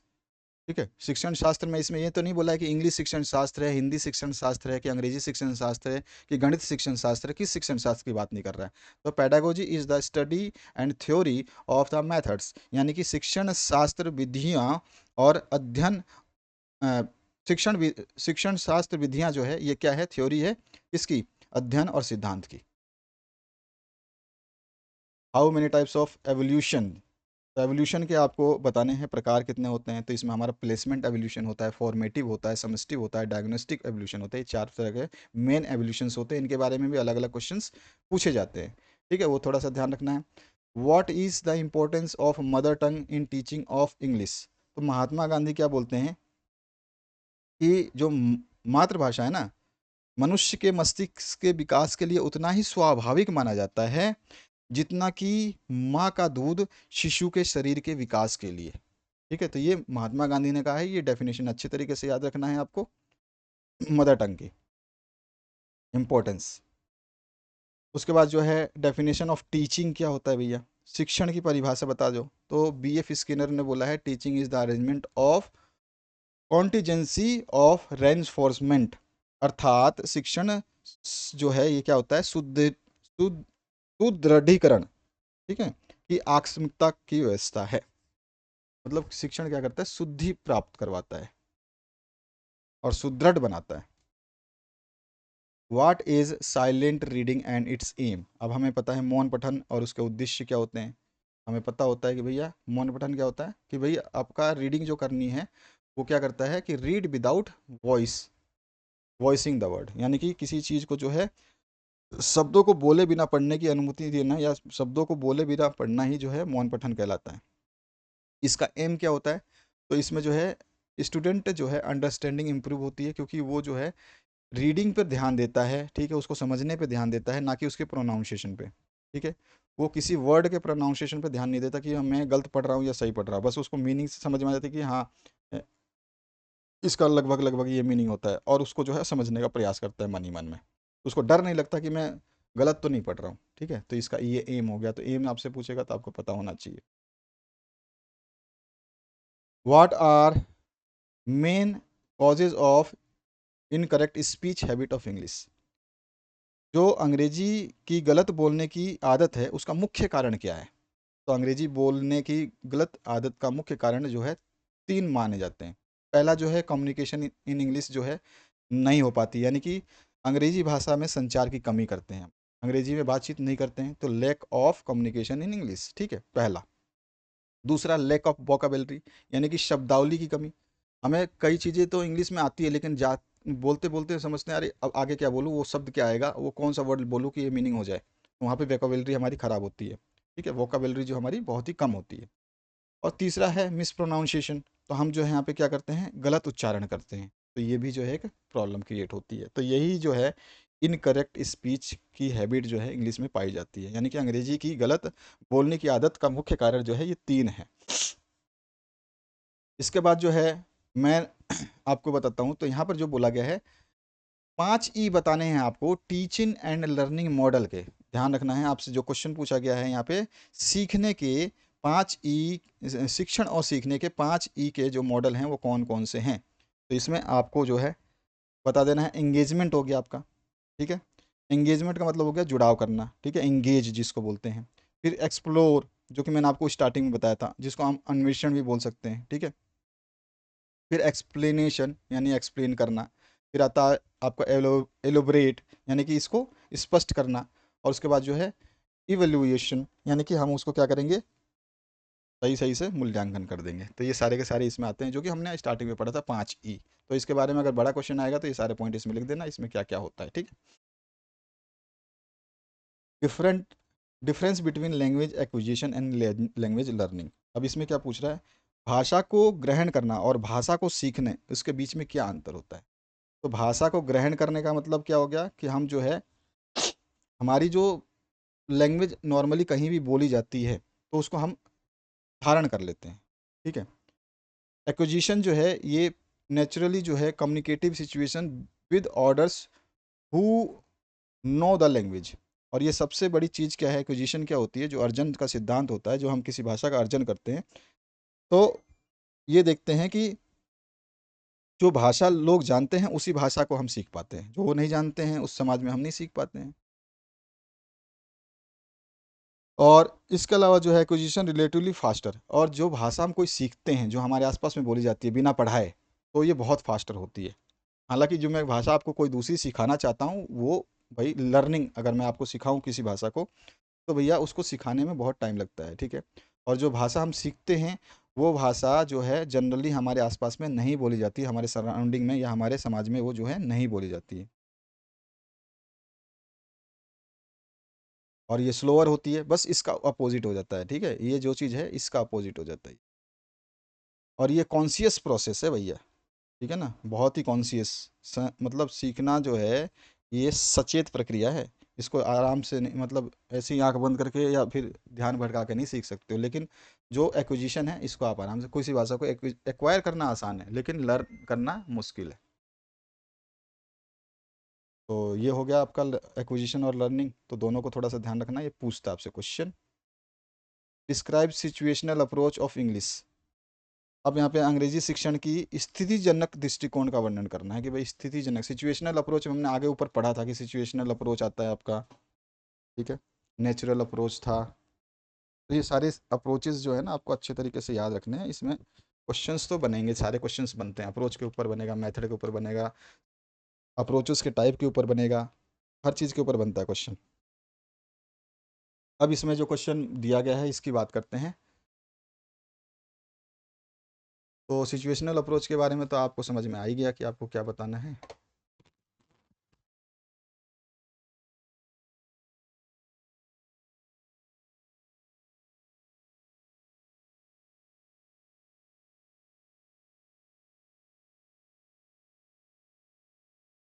ये तो हमने बता दिया था आपको सिचुएशनल अप्रोच के बारे में। इसका एग्जांपल जो है, हम एक्चुअली सिचुएशनल अप्रोच जो है हम क्या करते हैं कि जो सिचुएशन है उसके हिसाब से ही करते हैं, ठीक है ना। जैसे कि approach establish direct relationship between the object presented and the idea through और linguistic symbol containing in two words और a structural item present in the class by using the creating different appropriate real और related situations. यानी कि वहाँ पर वो situation पैदा कर देना कि उसको बच्चा उसको ग्रहण कर पाए इंग्लिश टीचिंग की, ठीक है। The situational language teaching release on the structure view of language. अब जैसे कि हम कोई चीज़ दिखाएंगे तो उसको पिक्चर दिखा करके, चार्ट दिखा के समझाएं, कोई ऑब्जेक्ट दिखा दे, कोई मॉडल दिखा दे, कोई एक्शन कर दे उस तरह से, या कोई क्वेश्चन आंसर पूछें तो वो जो है उस सिचुएशन के हिसाब से जो है सीख पाएगा। जैसे सपोज करो कि मैं बोलूँ कि you are prime minister of India, तो वो सिचुएशन समझेगा कि मैं प्राइम मिनिस्टर ऑफ इंडिया हूँ, तो मैं बोलूँगा टेल और स्पोक सम पॉइंट्स अबाउट स्वच्छ भारत मिशन। तो अब आप सोचोगे यार स्वच्छ भारत मिशन में मैं क्या क्या बोल सकता हूँ, एक प्रधानमंत्री क्या क्या बोलता है, तो वो सिचुएशनल अप्रोच होती है। उस सिचुएशन के हिसाब से जो है उसको समझाने का प्रयास करना, वो बच्चा जो है उस सिचुएशन को पकड़ेगा या महसूस करेगा, उसके बाद जो है वो उसको सीखने का अभ्यास करता है। तो ये सिचुएशनल अप्रोच हो जाती है, इसमें हम मॉडल पिक्चर या फिर क्वेश्चन आंसर्स करवा सकते हैं, रोल प्ले भी करवा सकते हैं इसमें। Different types of tools of evolution, तो भैया इसमें क्वांटिटेटिव होता है, ठीक है, यानी कि जिसमें मात्रात्मक, ठीक है। तो मात्रात्मक में क्या हो जाएगा, हम मौखिक परीक्षा ले सकते हैं, साथ ही साथ जो है लिखित परीक्षा ले सकते हैं, और जो है प्रैक्टिकल बेस, यानी कि हम उसकी प्रैक्टिकल आधारित जो है परीक्षा ले सकते हैं। तो ये होता है क्वांटिटिव यानी मात्रात्मक, और एक होता है क्वालिटेटिव यानी कि उसके गुणात्मक मूल्यांकन। तो गुणात्मक में क्या हो सकता है कि हम उसका अवलोकन करें, ठीक है, रेटिंग स्केल का उपयोग करें, जैसे कि मैं स्टार्टिंग में बता चुका हूँ कि भैया मेरे को रेटिंग स्केल आपको देता हूँ, तो उसको आपको टिक करना है कि गुड है, बेटर है, बेस्ट है, एक्सीलेंट है, वेरी पुअर है, पुअर है। इस तरह से चेकलिस्ट भी हम बना सकते हैं कि भैया ये चीज़ है, ये कैसा चेकलिस्ट में ये ओके है कि नहीं है, काट दो, मतलब राइट कर दो या रॉन्ग कर दो, तो चेकलिस्ट हो जाएगा। रिकॉर्ड्स जो है उसको देख सकते हैं, जो हमारे अभिलेख हमने जो भी रखे हैं, जो कि हमने ऊपर पढ़े थे कई अभिलेख, उनको देख करके भी जो हम बता सकते हैं। क्वेश्चनरीज कर सकते हैं कि चलो क्वेश्चनरीज कर लेते हैं, कुछ प्रश्न पूछे जाएं। और एक होता है इंटरव्यू, जब वहाँ पे एक अध्यापक बैठा होगा और एक विद्यार्थी से पूछेगा तो उसको ज़्यादा हिचकिचाहट नहीं होगी, लेकिन वहीं पर तीन अध्यापक, चार अध्यापक बैठ जाए और एक स्टूडेंट बैठा रहेगा, जैसे कि आपने वाइवा वगैरह दिया होगा, या फिर दो तीन स्टूडेंट्स, आपको एक स्टूडेंट को प्रिंसिपल रूम में या टीचर्स रूम में बुलाया गया, तो आप वहाँ पे सिचुएशन समझ सकते हो कि वहाँ पे आप वो परफेक्ट बात नहीं कर पाओगे या फिर वो परफेक्ट आंसर नहीं दे पाओगे जो आप देना चाहते हो, क्योंकि वहाँ पे टीचर्स बहुत ज़्यादा हैं, तो आपकी झिझिगाहट बढ़ती है। तो यहाँ पे क्वालिटेटिव यानी कि आपकी गुणात्मक समीक्षा भी देखी जाती है, मूल्यांकन कर सकते हैं, तो इस तरह के मूल्यांकन होते हैं। व्हाट इज फंक्शनल ग्रामर, कार्यात्मक व्याकरण क्या होती है भैया?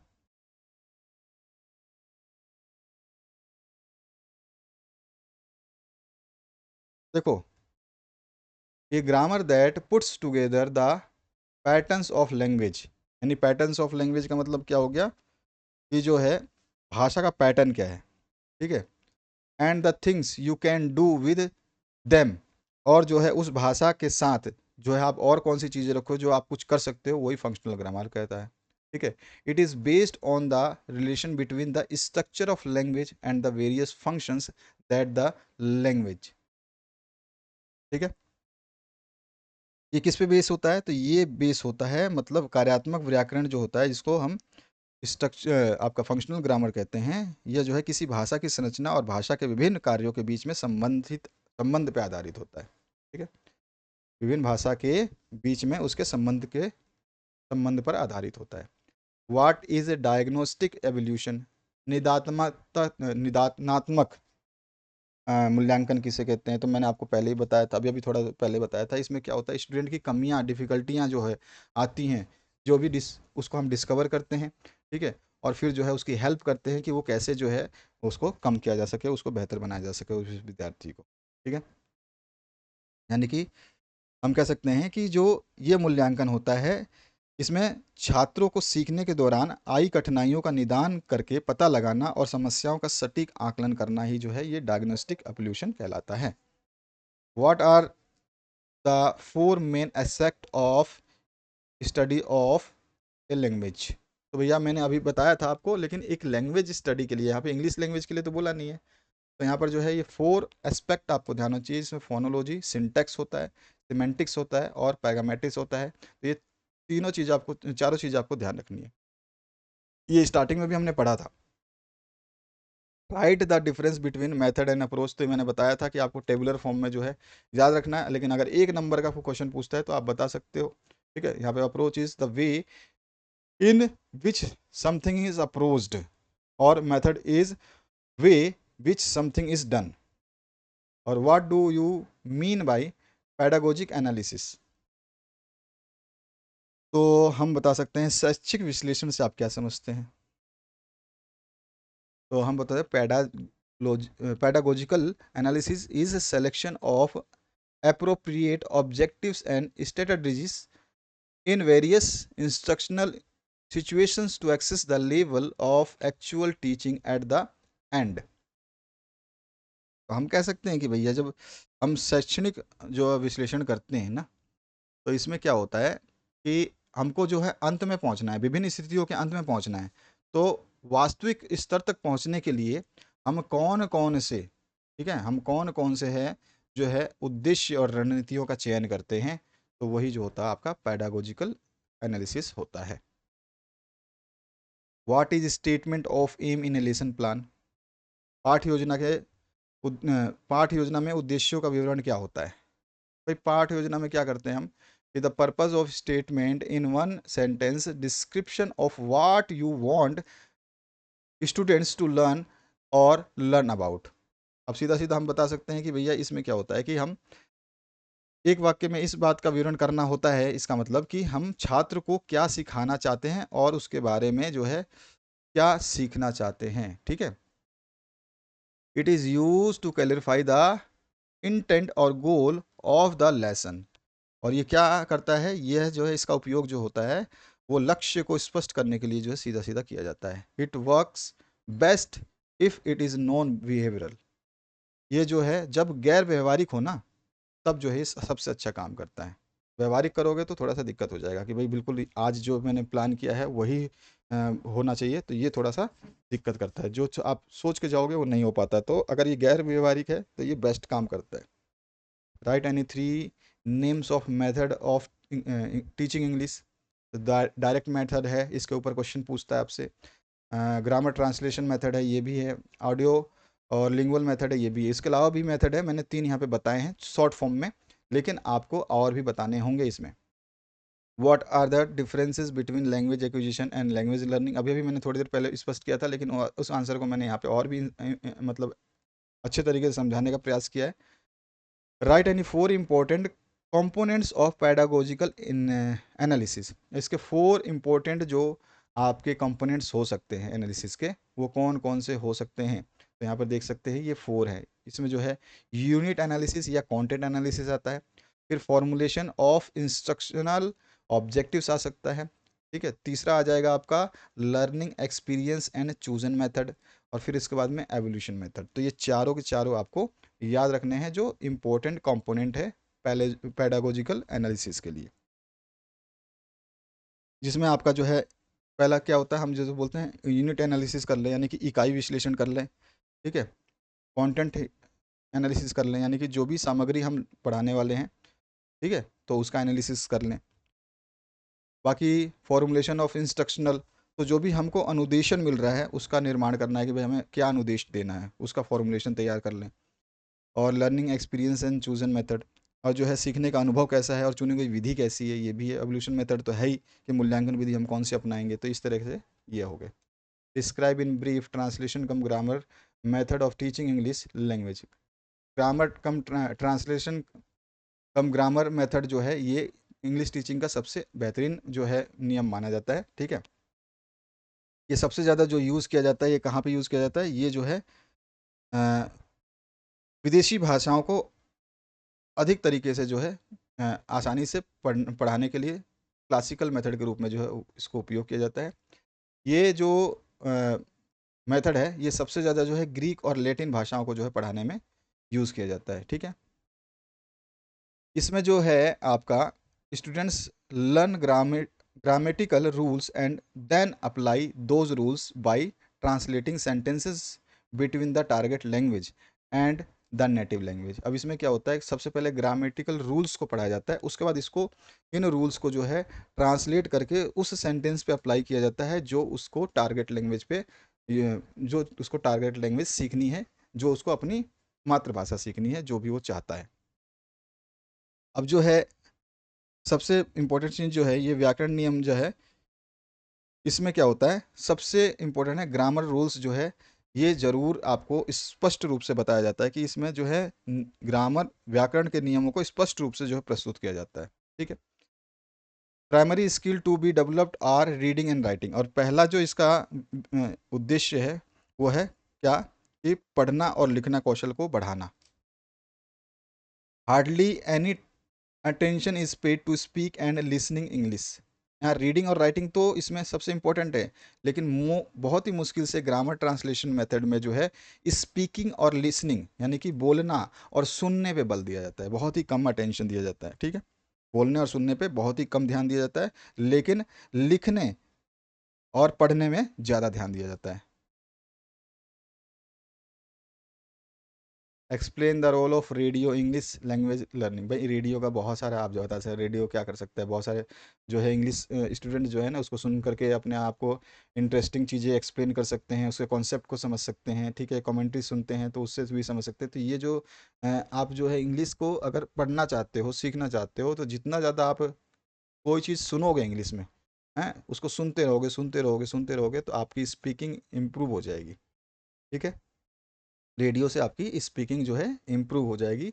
ये पावरफुल मीडियम माना जाता है। इससे जो है इंफॉर्मेशन के साथ साथ जो है आपके इंस्ट्रक्शंस भी जो है मिलता है, साथ ही साथ आपको एंटरटेनमेंट भी मिलता है, तो आपको जो है इसमें मज़ा आता है। दोनों चीज़ें इसमें डेवलपमेंट हो जाती है। स्किमिंग क्या होता है, स्कैनिंग क्या होता है, इसके ऊपर क्वेश्चन आता ही है, मैं आपको कई बार बता चुका हूँ। What are main difficulties in teaching and learning English, तो मैंने पेडागोजी की क्लास ली थी अभी कुछ दिन पहले, तो अगर आपने देख लिया होगा तो आपको पता होगा। सॉरी, प्रोफिशिएंसी इन इंग्लिश की। तो अगर आपने नहीं देखा है तो उसको देख लेना। प्रोफिशिएंसी इन इंग्लिश में मैंने बता दिया है कि लैप ऑफ प्रॉपर एम होता है, पूरा मैंने डिस्क्राइब किया हुआ है कि क्या होता है। नो एग्रीड पॉलिसी है, ठीक है। तो ये अंग्रेजी भाषा जो हम करते हैं, मतलब पढ़ाने और सिखाने में जो मुख्य कठिनाइयाँ आती हैं वो क्या क्या होती है। तो सबसे पहले तो उचित उद्देश्य का अभाव होता है कि भाई क्या उद्देश्य है इंग्लिश का, तो ये सब कुछ हमें समझाना पड़ेगा, भाई ये बहुत उद्देश्य है इंग्लिश का, ठीक है। फिर नो एग्रीड पॉलिसी, और जो है कोई सहमत नीति नहीं है भैया, ठीक है। अलग अलग जो है इसके कहने वाले हैं, सुनने वाले हैं, ठीक है। कोई भी जो स्टेजेज हैं वो इसका फिक्स नहीं है, तो एग्रीड पॉलिसी नहीं है इसकी। नर्सरी क्लासेस में जा रहे हैं तो वहाँ पढ़ रहे हैं, 5 6 तक जा रहे हैं तो वहाँ पर जो है इसका इंग्लिश पे ज़्यादा बल नहीं दे रहे हैं, तो ये थोड़ा सा एक डिस्क्रिमिनेंट बिहेवियर हो जाता है। शॉर्टेज ऑफ गुड टीचर्स, अच्छे अध्यापक भी जो है इसमें नहीं मिलते हैं पढ़ाने वाले, तो भी जो है इंग्लिश को पढ़ने और पढ़ाने समझने में दिक्कत होती है। लैक ऑफ मेथड्स, कि हम भाई किस विधि का उपयोग करें, वो हमें अगर समझ में नहीं आ रहा है तो भी इंग्लिश सीखने में और सिखाने में दिक्कत होगी। Lack of good textbook, अच्छी अगर पुस्तकों का चयन नहीं करेंगे तो भी हमारे को समस्या आएगी। और डिफेक्टिव एग्जामिनेशन सिस्टम, यानी कि दोषपूर्ण अगर परीक्षा प्रणाली है तो भी हमारे को समस्या आएगी। मूल्यांकन प्रक्रिया अगर हमारी दोषपूर्ण है तो भी समस्या आती है। और जो है अगर हम ऑडियो विजुअल एड्स का प्रयोग नहीं करते हैं स्कूल लेवल्स पे, तो बच्चों को इंग्लिश देखने में, पढ़ने में, सीखने में परेशानी आती है। और अगर क्लास में बहुत ज़्यादा भीड़ है, मतलब बहुत ज़्यादा बच्चे हैं, तो भी उनको इंग्लिश सीखने में दिक्कत आती है, क्योंकि बच्चे जो है कंसंट्रेट नहीं कर पाते उतनी भीड़ के अंदर। और अनप्रोडक्टिव सुपरविजन, जो है पर्यवेक्षण कैसा है, स्टाफ कैसा है, वो किस तरह का क्वालिफाइड है, वो क्या मेंटेन कर रहे हैं हम उसको, स्कूल में कैसा उनका बिहेवियर है, क्या सब कुछ जो है, ये चीज़ें अगर हम नहीं देख रहे हैं तो भी इंग्लिश सिखाने सीखने में दिक्कत आती है। तो ये सारी चीज़ जो है प्रॉब्लम जो है भारत में अंग्रेजी भाषा पढ़ाने और सिखाने का जो है मुख्य कठिनाइयों में शामिल है। इसमें से कोई भी 5 6 पॉइंट जो आप याद कर सकते हो उसको लिख लेना है आपको। कोई भी 5 6 पॉइंट लिखना है, जितने नंबर का क्वेश्चन आता है उससे 1 2 पॉइंट ज़्यादा आपको लिखना है। What is the aim of English teaching, तो ये भी मैं बता चुका हूँ भाई, इंग्लिश टीचिंग का एम क्या है, कई बार तो हम पढ़ चुके हैं। What is need of English language in society, ये भी हम क्वेश्चन कर चुके हैं। तो qualities of good hand writing, तो मैंने पहले बताया था कि भाई लीजिबल होना चाहिए, क्लीन एंड नीट होना चाहिए, तो ये क्वेश्चन दोबारा रिपीट हो गया। बैड हैंड राइटिंग है भी क्वेश्चन दोबारा कोई बात नहीं। कैसे हम जो है इसको बता सकते हैं, तो ये भी बताया था मैंने, ये क्वेश्चन भी करवा दिया है। Hmm what are the remedial measures may be adopted for weakness of listening ability. Question बोला जा रहा है कि सुनने की जो क्षमता होती है उसकी कमजोरियों को दूर करने के लिए हम क्या उपचार अपना सकते हैं। जो कई विद्यार्थी सुनते नहीं है ढंग से, तो या तो सुनते हैं तो समझते नहीं है, तो उसी अगर उसकी अक्षमता को दूर करनी है, सुनने की क्षमता की कमजोरियां जो होती हैं, अगर उसके लिए कोई उपचारात्मक विधि अपनानी है तो हम क्या क्या कर सकते हैं। तो स्टूडेंट शुड एनरिच वोकेबलरी, सबसे पहले तो छात्रों को अपनी शब्दावली को अच्छा बनाना पड़ेगा, समृद्ध बनाना पड़ेगा। Dictation helps in sharpen attention, और जो भी हम डिक्टेशन करते हैं, यानी कि जो हम बोल रहे हैं, श्रुत लेख कर रहे हैं, उस पर ध्यान देने से जो है श्रुत लेखन से जो है सहायता, आपकी तीव्रता बढ़ती है, ठीक है। ध्यान को आकर्षित करता है, अटेंशन को हेल्प करता है। Listening to broadcast radio recordings and film TV speeches English news etcetera, जो हमने अभी रेडियो वाली बात करी थी उस तरह से कि आप जो है कोई ना कोई जो है प्रसारण सुने, फिल्में देखें, टेलीविज़न में भाषण सुने, या रेडियो की सहायता लें, जो भी आप रिकॉर्डिंग्स की सहायता ले सकते हैं, समाचार न्यूज़ पढ़ सकते हैं, ठीक है। तो इसके द्वारा भी जो है लिसनिंग एबिलिटी को सुधारा जा सकता है। Student should learn correct pronunciation for each word, और विद्यार्थी को प्रत्येक शब्द का सही उच्चारण करना सीखना चाहिए। The teacher should adjust his speech and clarify to the capacity of the class and then gradually speed up, और टीचर को भी ये जो है, शिक्षक जो है वो अपने भाषा को समायोजन करना सीखे कि कक्षा की क्षमता कितनी है, उसके हिसाब से वो ऊंचा बोले या कक्षा में कम विद्यार्थी हैं तो वो नीचे करे। साथ ही साथ ये भी देख सकता है कि विद्यार्थी इंटरेस्ट ले रहे हैं उस विषय में तो वो अपनी गति को बढ़ा सकता है। तो ये सारी चीज़ें जो है वो अपना सकता है। और उसके अलावा जो है एक अध्यापक क्या कर सकता है भाई, वाद विवाद प्रतियोगिताएं, ग्रुप डिस्कशन, ठीक है, जिसको सामूहिक चर्चा, वार्तालाप, ठीक है, इन सभी चीज़ों का अगर वो आयोजन करता है स्कूल में तो भी जो है सुनने की गतिविधियाँ, सुनने का जो सुनने में जो कठिनाई आती है उसकी क्षमताओं का जो है उपचारात्मक विकास किया जा सकता है। आगे जो है नेक्स्ट क्वेश्चन आपसे पूछा जाएगा, what controls the quality of teacher education in India. तो उस वो क्वालिटी को जो करता है कंट्रोल, उसका नाम है NCTE, यानी कि इसका मतलब क्या हो जाता है आपका NCTE, तो वो होता है आपका नेशनल काउंसिल्स फॉर टीचर।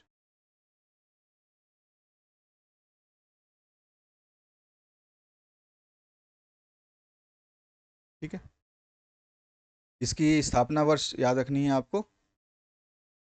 अब आपसे एक क्वेश्चन बनता है, discuss value of study of English in India. ठीक है, भारत में अंग्रेजी के अध्ययन के महत्व पर चर्चा कीजिए, या फिर इस तरह से बन सकता है, what are the advantage of study of English in India. भारत में अंग्रेजी के अध्ययन के क्या फ़ायदे हो सकते हैं।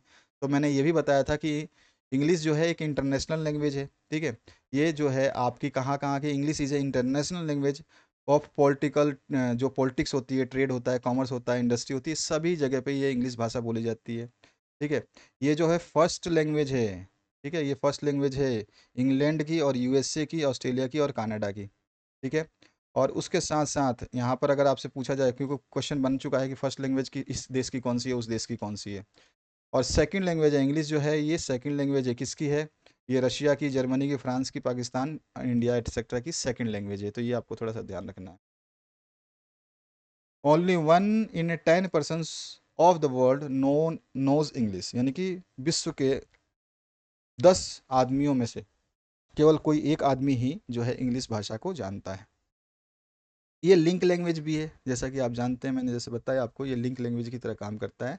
यानी कि आप जो है इंटरनेशनल रिलेशंस मेंटेन जो करने हैं वो आसानी से जो है ये मेंटेन कर सकते हैं, क्योंकि सबसे ज़्यादा जो है इंग्लिश लैंग्वेज हर देश में बोली जाती है।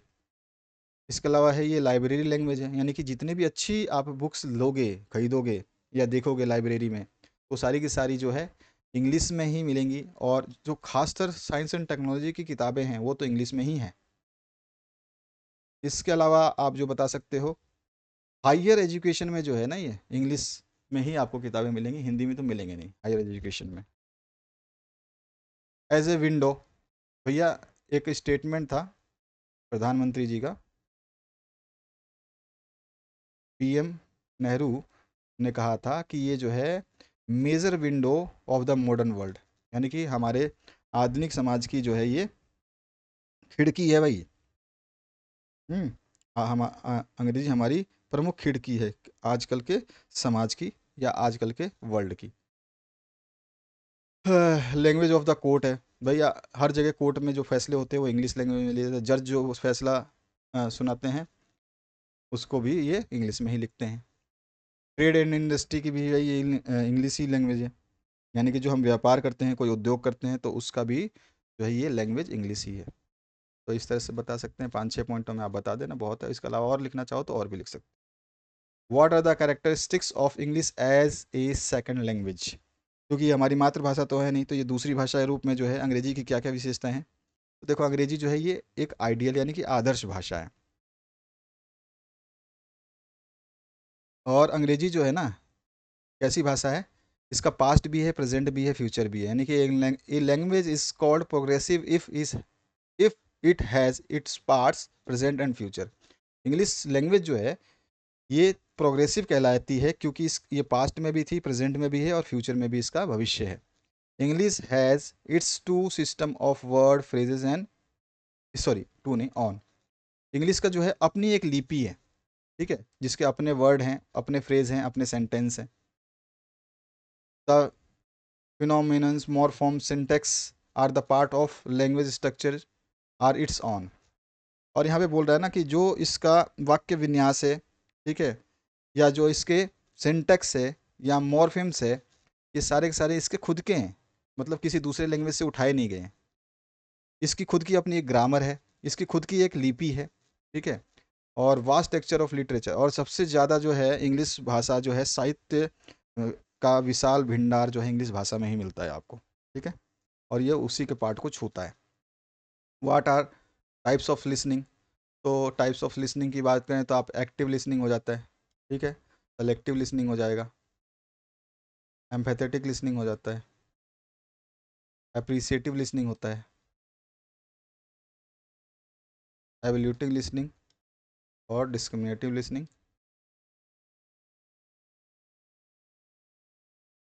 अब देखो, एक्टिव लिसनिंग में क्या करते हैं, इसमें मैसेज और जो इन्फॉर्मेशन है ना, कोई बोल रहा है तो उसको हम प्रयास करते हैं कि उसको समझ जाएं। सेलेक्टिव लिसनिंग का मतलब क्या है कि लिसनर कुछ भी बोलता है, वो मेरे को जो इस इन्फॉर्मेशन चाहिए तो मैं उसी को सुनूंगा। आप कमेंट्री सुनते हो तो आपको केवल रन कितना बना यही आप देखते हो कि किसने चौका मारा, किसने छक्का मारा या आउट हुआ। लेकिन वो कमेंट्री बीच बीच में कुछ शायरी बोलते हैं, कुछ ठहाके मारते हैं, तो आप उस पर ध्यान ज़्यादा नहीं देते हो, ठीक है। एम्पैथेटिक लिसनिंग क्या होता है, इसमें जो है आपका जो है आपको थोड़ा सा ध्यान रखना पड़ता है अपना, मतलब पेशेंस चाहिए आपको कि जो लिसनर है वो ये देखे कि भाई सामने वाला बोल रहा है तो वो क्या बोलना चाहता है, उसका क्या मतलब निकलेगा, क्या वो अच्छी बातें बोल रहा है, क्या वो बुरी बातें बोल रहा है, तो उसके ऊपर मैं पूरा एम्पैथेटिक रहूंगा, मतलब सहानुभूति उसमें दिखाई देगी। एप्रिसिएटिव लिसनिंग का मतलब हो गया, जब लिसनर सुनेगा किसी इन्फॉर्मेशन को, किसी चीज़ को, तो वो जो है उसको अप्रिसिएट करेगा। क्यों? क्योंकि उसने जो चीज़ सुनी है उससे जो है उसको संतोष मिल गया कि हाँ मेरे को इस चीज़ की ज़रूरत थी और मेरे को अब चीज़ ये समझ में आ गई। वो जो है इंजॉयमेंट के लिए भी सुना जाता है, ठीक है। इसके अलावा एवल्यूटिंग लिसनिंग जो है, इसमें क्या होता है, इसमें जो है स्पीकर जो भी स्पीक कर रहा है तो उसमें देखा जाता है कि कैसे स्पीकर का इम्प्रूवमेंट हो सकता है, ठीक है। वो कैसे उसमें हम एवोल्यूशन कर सकते हैं, कुछ एवोल्यूट कर सकते हैं क्या, वो चीज़ हम देखते हैं। डिस्क्रिमिनेटिव लिसनिंग जो है, इसमें क्या होता है, इसमें मैसेज और information that signify to him her and ignore और द, इसमें क्या होता है कि जो भी मैसेज कन्वे किया जाएगा लिसनर तक, जो स्पीकर है कुछ बोल रहा है और जो लिसनर है वो सुन रहा है, तो वो जो है वही मैसेज और इन्फॉर्मेशन को सिग्निफिकेंट समझेगा, उसी चीज़ों को महत्वपूर्ण महत्व देगा जो उसको लगता है कि वाकई में मेरे को ज़रूरत है, बाकी सारी चीज़ों को इग्नोर करता हुआ चला जाएगा। What are different types of reading, explain them. Inferential reading हो गया आपका, analytical reading, intensive reading, extensive reading, ये सारे हम पढ़ चुके हैं। पेडागोजी की क्लास देख ले, उसकी प्रोफिशिएंसी की क्लास देख लेना, उसमें मैं सारे करवा चुका हूँ। स्किमिंग और स्कैनिंग।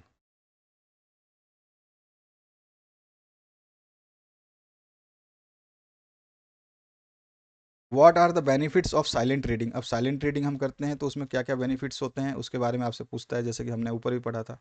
तो मैंने ये क्वेश्चन भी करवाया हुआ है, बाकी यहाँ पे लिखा हुआ, आप इसको पढ़ लेना। What is role play? Role play के बारे में हमेशा क्वेश्चन पूछा जाता है, तो रोल प्ले के बारे में तो आप जानते हो कि भाई किसी को अपने अपने आप को किसी और के जगह पर रखना, ठीक है। अपने आप को किसी और जगह पे किसी सिचुएशन में रखना, और फिर जो है वहाँ पर उससे क्या होता है कि जो छोटे समय के लिए जो हम वो बन जाते हैं, कि अगर मैं एक बिजनेसमैन बनना चाहता हूँ, मैं राना, जैसे हम रोल प्ले करते हैं ना, जैसे स्टेज पे परफॉर्मेंस होता है तो उसमें क्या होता है, रोल प्ले होता है कि मैं किसी ना किसी का रोल कर रहा हूँ।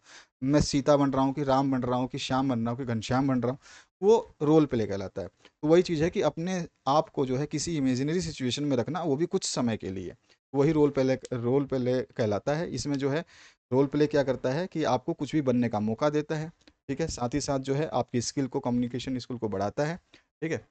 आप बहुत सारी एक्टिविटीज़ जो है इसमें आप बढ़ सकते हो। तो कुछ यूजेस जो हैं उसको आपको पता होना चाहिए। और जो इसका अ, यहाँ पे एक जर्मरी हार्मर जो है, ये क्या बोलते हैं कि रोल प्ले जो है ना, ये किस लिए हमारे लिए ज़्यादा इम्पोर्टेंट है, तो इसके दो तीन उन्होंने चीज़ें बताई थी, तो आप बता सकते हो कि ये फन एंड मोटिवेटिंग होता है, और जो है स्टूडेंट्स को ये चांस देता है कि जो है वो अपने आप को एक्सप्लेन कर सके। साथ ही साथ जो है ये क्लासरूम में जो है बॉन्डेड नहीं रहता, इंक्लूडिंग आउटसाइड द वर्ल्ड, जो है ये बहुत आराम से जो है लैंग्वेज एक्विजिशन को, अपॉर्चुनिटी को प्रदान करता है, ऑफर करता है। What are the difficulties in reading, how in is this be removed? तो डिफ़िकल्टीज जो है आप जब पढ़ते हैं तो आपको जो है क्या क्या समस्याएं आ सकती हैं, तो आप बता सकते हो भाई हमारे को जो है पढ़ने में ये समस्याएं आती हैं। कि हम फॉल्टी रीडिंग करते हैं, ठीक है, हम अच्छी रीडिंग बुक्स का प्रयोग नहीं करते हैं, तो ये बच्चों की जो है शब्दावली कोश जो है लिमिटेड है।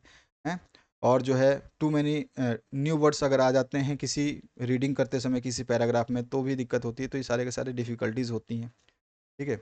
नर्वस हो सकते हो, ठीक है, आपकी प्रोनाउंसिएशन ख़राब हो सकती है, तो ये सारी डिफ़िकल्टीज़ कर देता है रीडिंग में।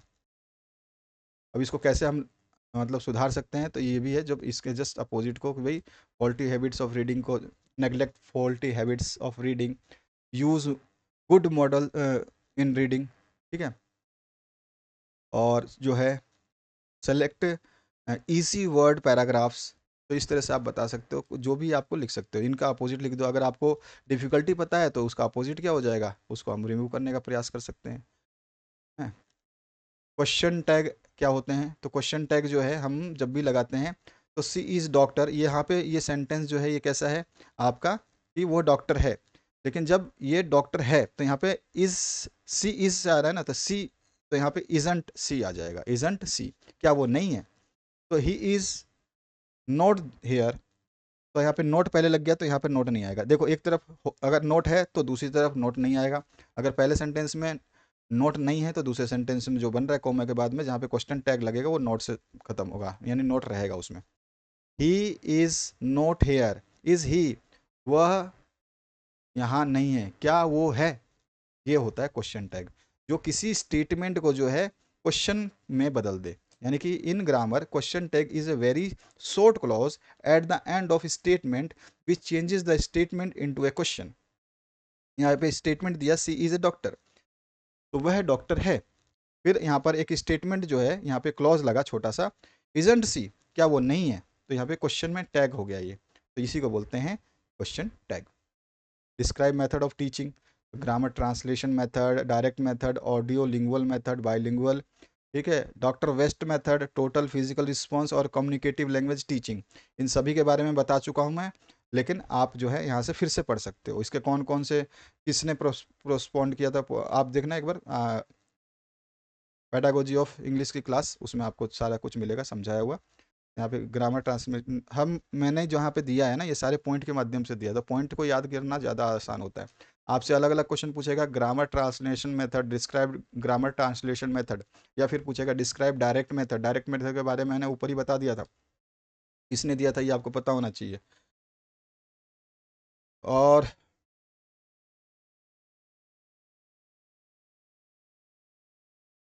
कौन कौन से जो है प्रिंसिपल यूज़ किए जाते हैं ग्रामर ट्रांसलेशन मेथड में, ये आप बता सकते हो, ठीक है। बाइलिंगुअल मेथड जो है ये किसने दिया था ये आपको पता होना चाहिए, ठीक है ना। ये सब चीज़ें आपको ध्यान रखनी है जो मैं हाईलाइट कर रहा हूँ, ये क्यों है। ऑडियो लिंगुअल मेथड जो है ये भी आपको बताना है कि किसने दिया था ये,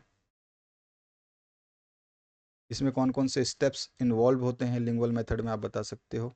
डॉक्टर वेस्ट न्यू मेथड बहुत इंपॉर्टेंट है, ये किसने दिया था ये भी आपको पता होना चाहिए।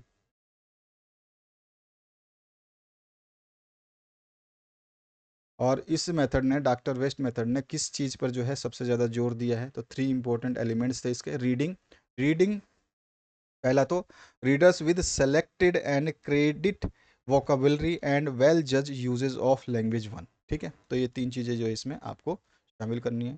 फिर छठा जो आपका टोटल रिस्पॉन्स मेथड, ये किसने डेवलप किया था,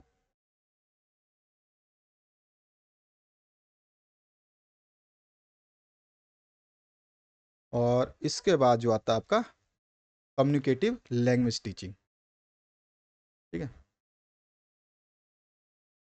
what are main competence of language that should be assessed by a teacher through CCE। अब यहाँ पे क्वेश्चन कहने का तात्पर्य क्या है, भाषा की जो मुख्य दक्षताएं हैं वो क्या क्या हैं जिसका मूल्यांकन एक शिक्षक को CCE के माध्यम से करना चाहिए। तो दक्षताएं क्या क्या हो सकती हैं भाई, तो लक्ष्य भाषा जो भी हमारी होती है उसके उसके टेक्स्ट को जो है रिटर्न टेक्स्ट को समझना, एक अच्छा मॉडल बनना, पूरे पाठ में जो है लक्ष्य भाषा का उपयोग करने में समझ होना, ठीक है। और लक्ष्य भाषा में निर्देश और स्पष्टीकरण देने में सक्षम होना, ये सारी चीज़ें जो है इसमें बताना है आपको किसी के दौरान जो है। What are objective and importance of teaching of prose. Prose मतलब क्या होता है? प्रोज का मतलब होता है गद्य। तो यहाँ पर जो पूछ रहा है कि गद्य शिक्षण के उद्देश्य और महत्व क्या हो सकते हैं, तो to develop understanding of written language, यानी कि लिखित भाषा की समझ को विकसित करना, फ्लुएंसी को विकसित करना, ठीक है, भाषाई कौशल को विकसित करना, इस तरह से चुपचाप पढ़ने की आदत को विकसित करना, ठीक है, अर्थ को समझने में सक्षम बनाना और शब्दावली को समृद्ध बनाना, जीवन में जो है उन सब आइडिया को, जो भी चीज़ उसने पढ़ी है लैंग्वेज के द्वारा, उसको डेली लाइफ में अपनाने में सक्षम बनाना, उसको मानवीय नैतिकता, मूल्य, रचनात्मकता, कल्पना शक्ति आदि का विकास करना, ये सब चीज़ें इसमें जो है होती है। किस लिए? कि हम गद्य जब कोई कविता पढ़ते हैं तो ये सब चीज़ें गद्य, ठीक है, पद नहीं। अच्छा, गद्य है ना, गद्य आपका अ, गद्यांश होता है, ठीक है, जो बड़ा होता है, और पद जो है पद्यांश होता है, जो छोटा होता है। इसके बाद बोल रहा है कि what is the importance of group work in teaching of English. तो अंग्रेजी शिक्षण में समूह कार्य का क्या महत्व है? तो जनरल से चीज़ है, इसमें तो बहुत आसान से बता सकते हैं भाई। समूह कार्य से सभी शिक्षार्थियों के लिए जो है नई भाषा बोलने के अवसर बढ़ जाते हैं, ठीक है ना, काफ़ी ज़्यादा अवसर बढ़ जाते हैं। उन्हें जो है एक दूसरे से सीखने की अनुमति भी मिल जाती है कि भाई एक दूसरे से सीखे, लर्न करें। उसके अलावा हम बता सकते हैं कि जो शिक्षक जो है वो किसी भी व्यक्ति को, जो इंडिविजुअल जो सीख रहा है, ठीक है, उसकी निगरानी करने में और उसकी जो उसका फीडबैक जो हो सकता है ना, उसकी प्रतिक्रिया क्या होगी, यानी कि उसके अंदर कमी क्या है, उसको प्राप्त करने में जो है स्वतंत्र होता है वो। ग्रुप वर्क से जो है छात्रों के अंदर जो है समस्याओं के मूल्यांकन और समाधान के लिए महत्वपूर्ण प्रक्रियाओं में जो है कौशल जो है बढ़ते रहते हैं, उसके हैं उसका अवसर प्रदान होता रहता है। और जो है साथी समूह जो होती है ना, इसके माध्यम से जो है प्रबंध जो है वो कौशल बनता है। अंतिम योजना का निर्णय लेने में आसानी होती है। किसी आकलन या मूल्यांकन को करना है तो उसका भी विकास होता है। तो ये सारे के सारे हम बता सकते हैं, ठीक है। और सामूहिक चर्चा से क्या कर सकते हैं? छात्र जो है अपने विचार, जो भी उनके विचार हैं या जो उनके आइडियाज़ हैं, ठीक है, उनको एक दूसरे के साथ में साझा करने का मौका मिलता है, जिससे जो है जितने भी उसके साथी संबंधी है वो नए बनने का जो है, उनके साथ में संबंध बनाने का जो है अवसर मिलता है। छात्र जो है चर्चाओं के साथ साथ जो है काम करने को जो है प्रभावी रूप से अपने आप को कम्युनिकेट कर पाते हैं, यानी कि एक दूसरे से जो है बातचीत कर पाते हैं। तो ये सारी चीज़ें सामूहिक शिक्षण में अंग्रेजी जो है अंग्रेजी में सामूहिक कार्य जो है इस तरह महत्वपूर्ण होता है। मेरिट क्या होते हैं? लेसन पाठ्य योजना जो होती है उसके कुछ गुण लिखने हैं। तो भैया एक अच्छी तरह से जो है डिजाइन की गई पाठ्य योजना मिल जाती है इससे, ठीक है ना। ये क्या करता है कि भैया छात्रों और शिक्षकों के को जो है ये एक लक्ष्य को समझने में मदद करता है, उसका मापन करने में जो है मदद करता है। Allow teacher to translate curriculum into learning activities. अब जो है शिक्षक को पाठ्यक्रम को सिखाने गतिविधियों को जो है गतिविधियां जो भी वो करेगा उसको वहाँ पे समझाने में, पाठ्यक्रम को सिखाने में या उसको ट्रांसलेट करने में भी मदद करता है। और जो हमारी होती हैं, जो भी हमारे इंस्ट्रक्शंस होते हैं, मटेरियल विद असाइनमेंट, जो हम असाइनमेंट देंगे उसको जो मूल्यांकन के साथ साथ में जो है ये क्या करता है, शिक्षण सामग्री का मूल्यांकन करने के साथ साथ जो है संरेखित भी करता है, यानी कि अलाइन करता है, यानी कि एक दिशा देता है। और जो है aligns the assessment with the learning goals, साथ ही साथ जो है मूल्यांकन को सीखने के लिए एक लक्ष्य का जो है ये अलाइन करता है, यानी कि एक गोल देता है, ठीक है। Ensure the need of instruction material are available, साथ ही साथ जो है इससे हम क्या समझ सकते हैं कि हमारे को कौन कौन सी शिक्षण सामग्रियों की आवश्यकता है, क्या वो उपलब्ध है या नहीं है, इसकी भी जानकारी प्राप्त होती है। तो ये सारे बहुत सारे मेरिट्स हैं जो हम पाठ्य योजना बनाते हैं तो उसके गुण बता सकते हैं।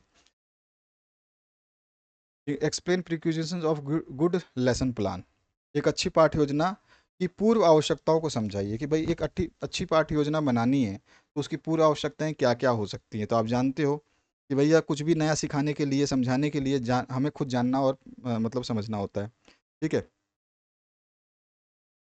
तो जैसे कि हम एग्जाम्पल लें ये मान लो एक एग्जांपल लेते हैं कि हमें कुछ भी सिखाना है तो उससे पहले जो है हमें उसको सीखने या समझने की ज़रूरत होती है।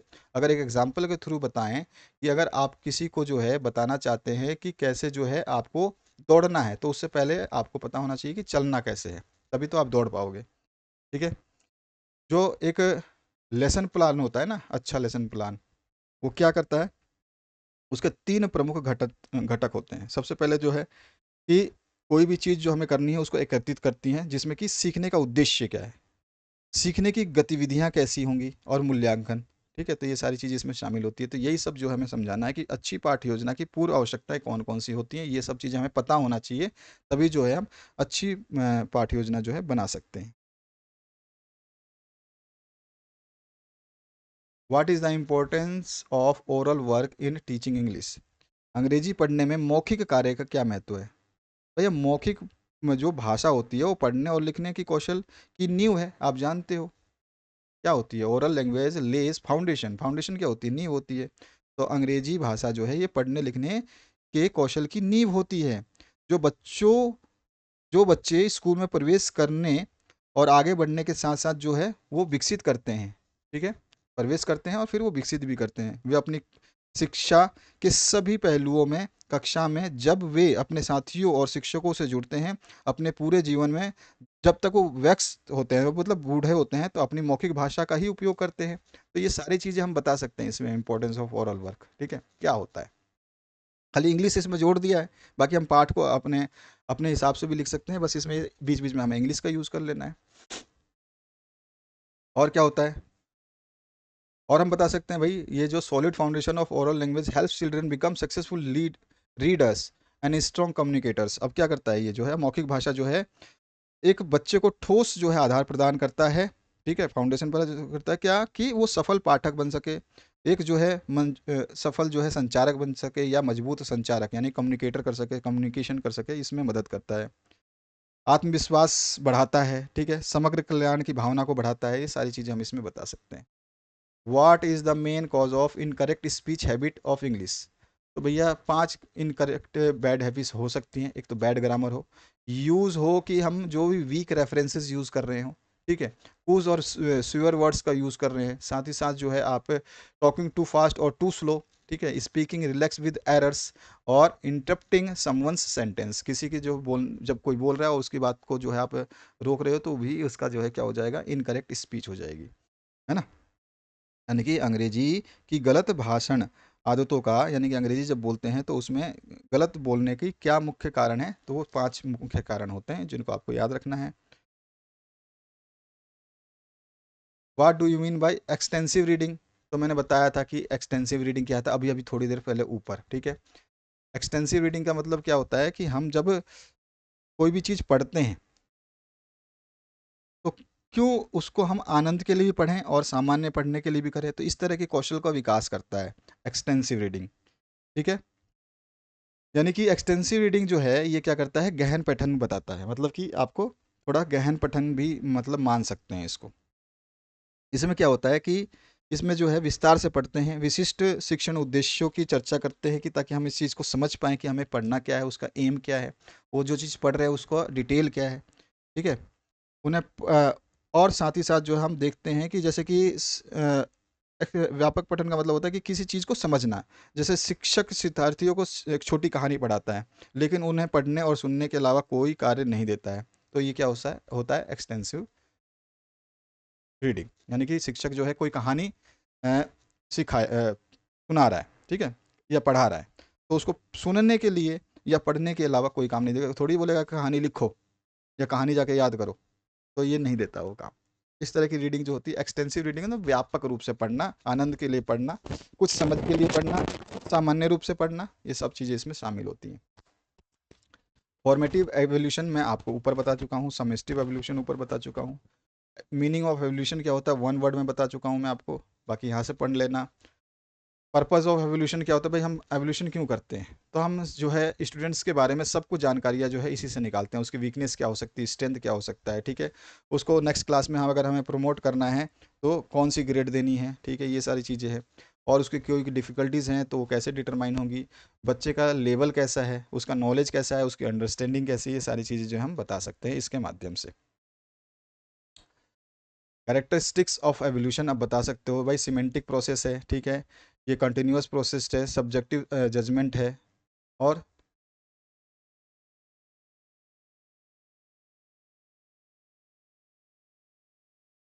What do you mean bye anecdotal records. तो एनेक्डोटल रिकॉर्ड्स को मैंने बहुत ही सिंपल वर्ड्स में बताया था, अगर आप वहाँ से नहीं समझ पाए हैं तो यहाँ से आप समझ सकते हैं। एनेक्डोटल रिकॉर्ड्स में जो है, इसमें क्या करता है, उसके बिहेवियर को ध्यान रखता है ना, वो सामान्य घटनाएं जो उसके साथ घटित हुई हैं उसके मुख्य तरह से नकारात्मक पहलुओं को जो है ध्यान रखता है इसमें। तो आप चाहें तो वो डेफिनेशन लिखें जो वहाँ पे मैंने लिखा, तो वो ज़्यादा बेस्ट है, ये वाला आप चाहें तो ये लिख सकते हैं। पोर्टफोलियो क्या होता है मैं बता चुका हूँ। रूबिक क्या होता है ये आप जानते ही हैं। What are tools of evaluation, भाई क्वेश्चनरीज कर सकते हैं, इंटरव्यू ले सकते हैं, ऑब्जर्वेशन कर सकते हैं, रेटिंग, चेकलिस्ट, एटीट्यूड टेस्ट है, सेमेंटिक डिफरेंशियल और एनेक्डोटल नोट्स या रिकॉर्ड्स जो है इसका यूज़ कर सकते हैं। What is motivation, write down the significance of motivation. अगर आपने प्रोफिशिएंसी ऑफ इंग्लिश का क्लास नहीं देखा तो उसको प्लीज़ देख लीजिएगा, आपको सब कुछ समझ में आ जाएगा। What is the importance of teaching poetry, ठीक है, पोएट्री पढ़े, कविता जो पढ़ाते हैं उसका क्या मतलब जो है इम्पोर्टेंस है। तो भैया ये क्या है, पावरफुल टीचिंग टूल होता है जो कि इम्प्रूव करता है लिटरेसी को, ठीक है। साथ ही साथ जो है इसमें आपको इमोशंस समझने की जो चीज़ें हैं वो प्राप्त होती हैं कि भाई कैसे जो है आप इमोशन से कनेक्ट हो सकते हैं। और जो पोइट्री होती है ये एक्सप्लोर करती है हर चीज़ को, क्या चीज़ है ब्यूटीफुल वर्ल्ड में, क्या शोरोज हैं, क्या दिक्कतें हैं, कठिनाइयाँ, इमोशन से सब चीज़ों को। How can a teacher make teaching prose effective.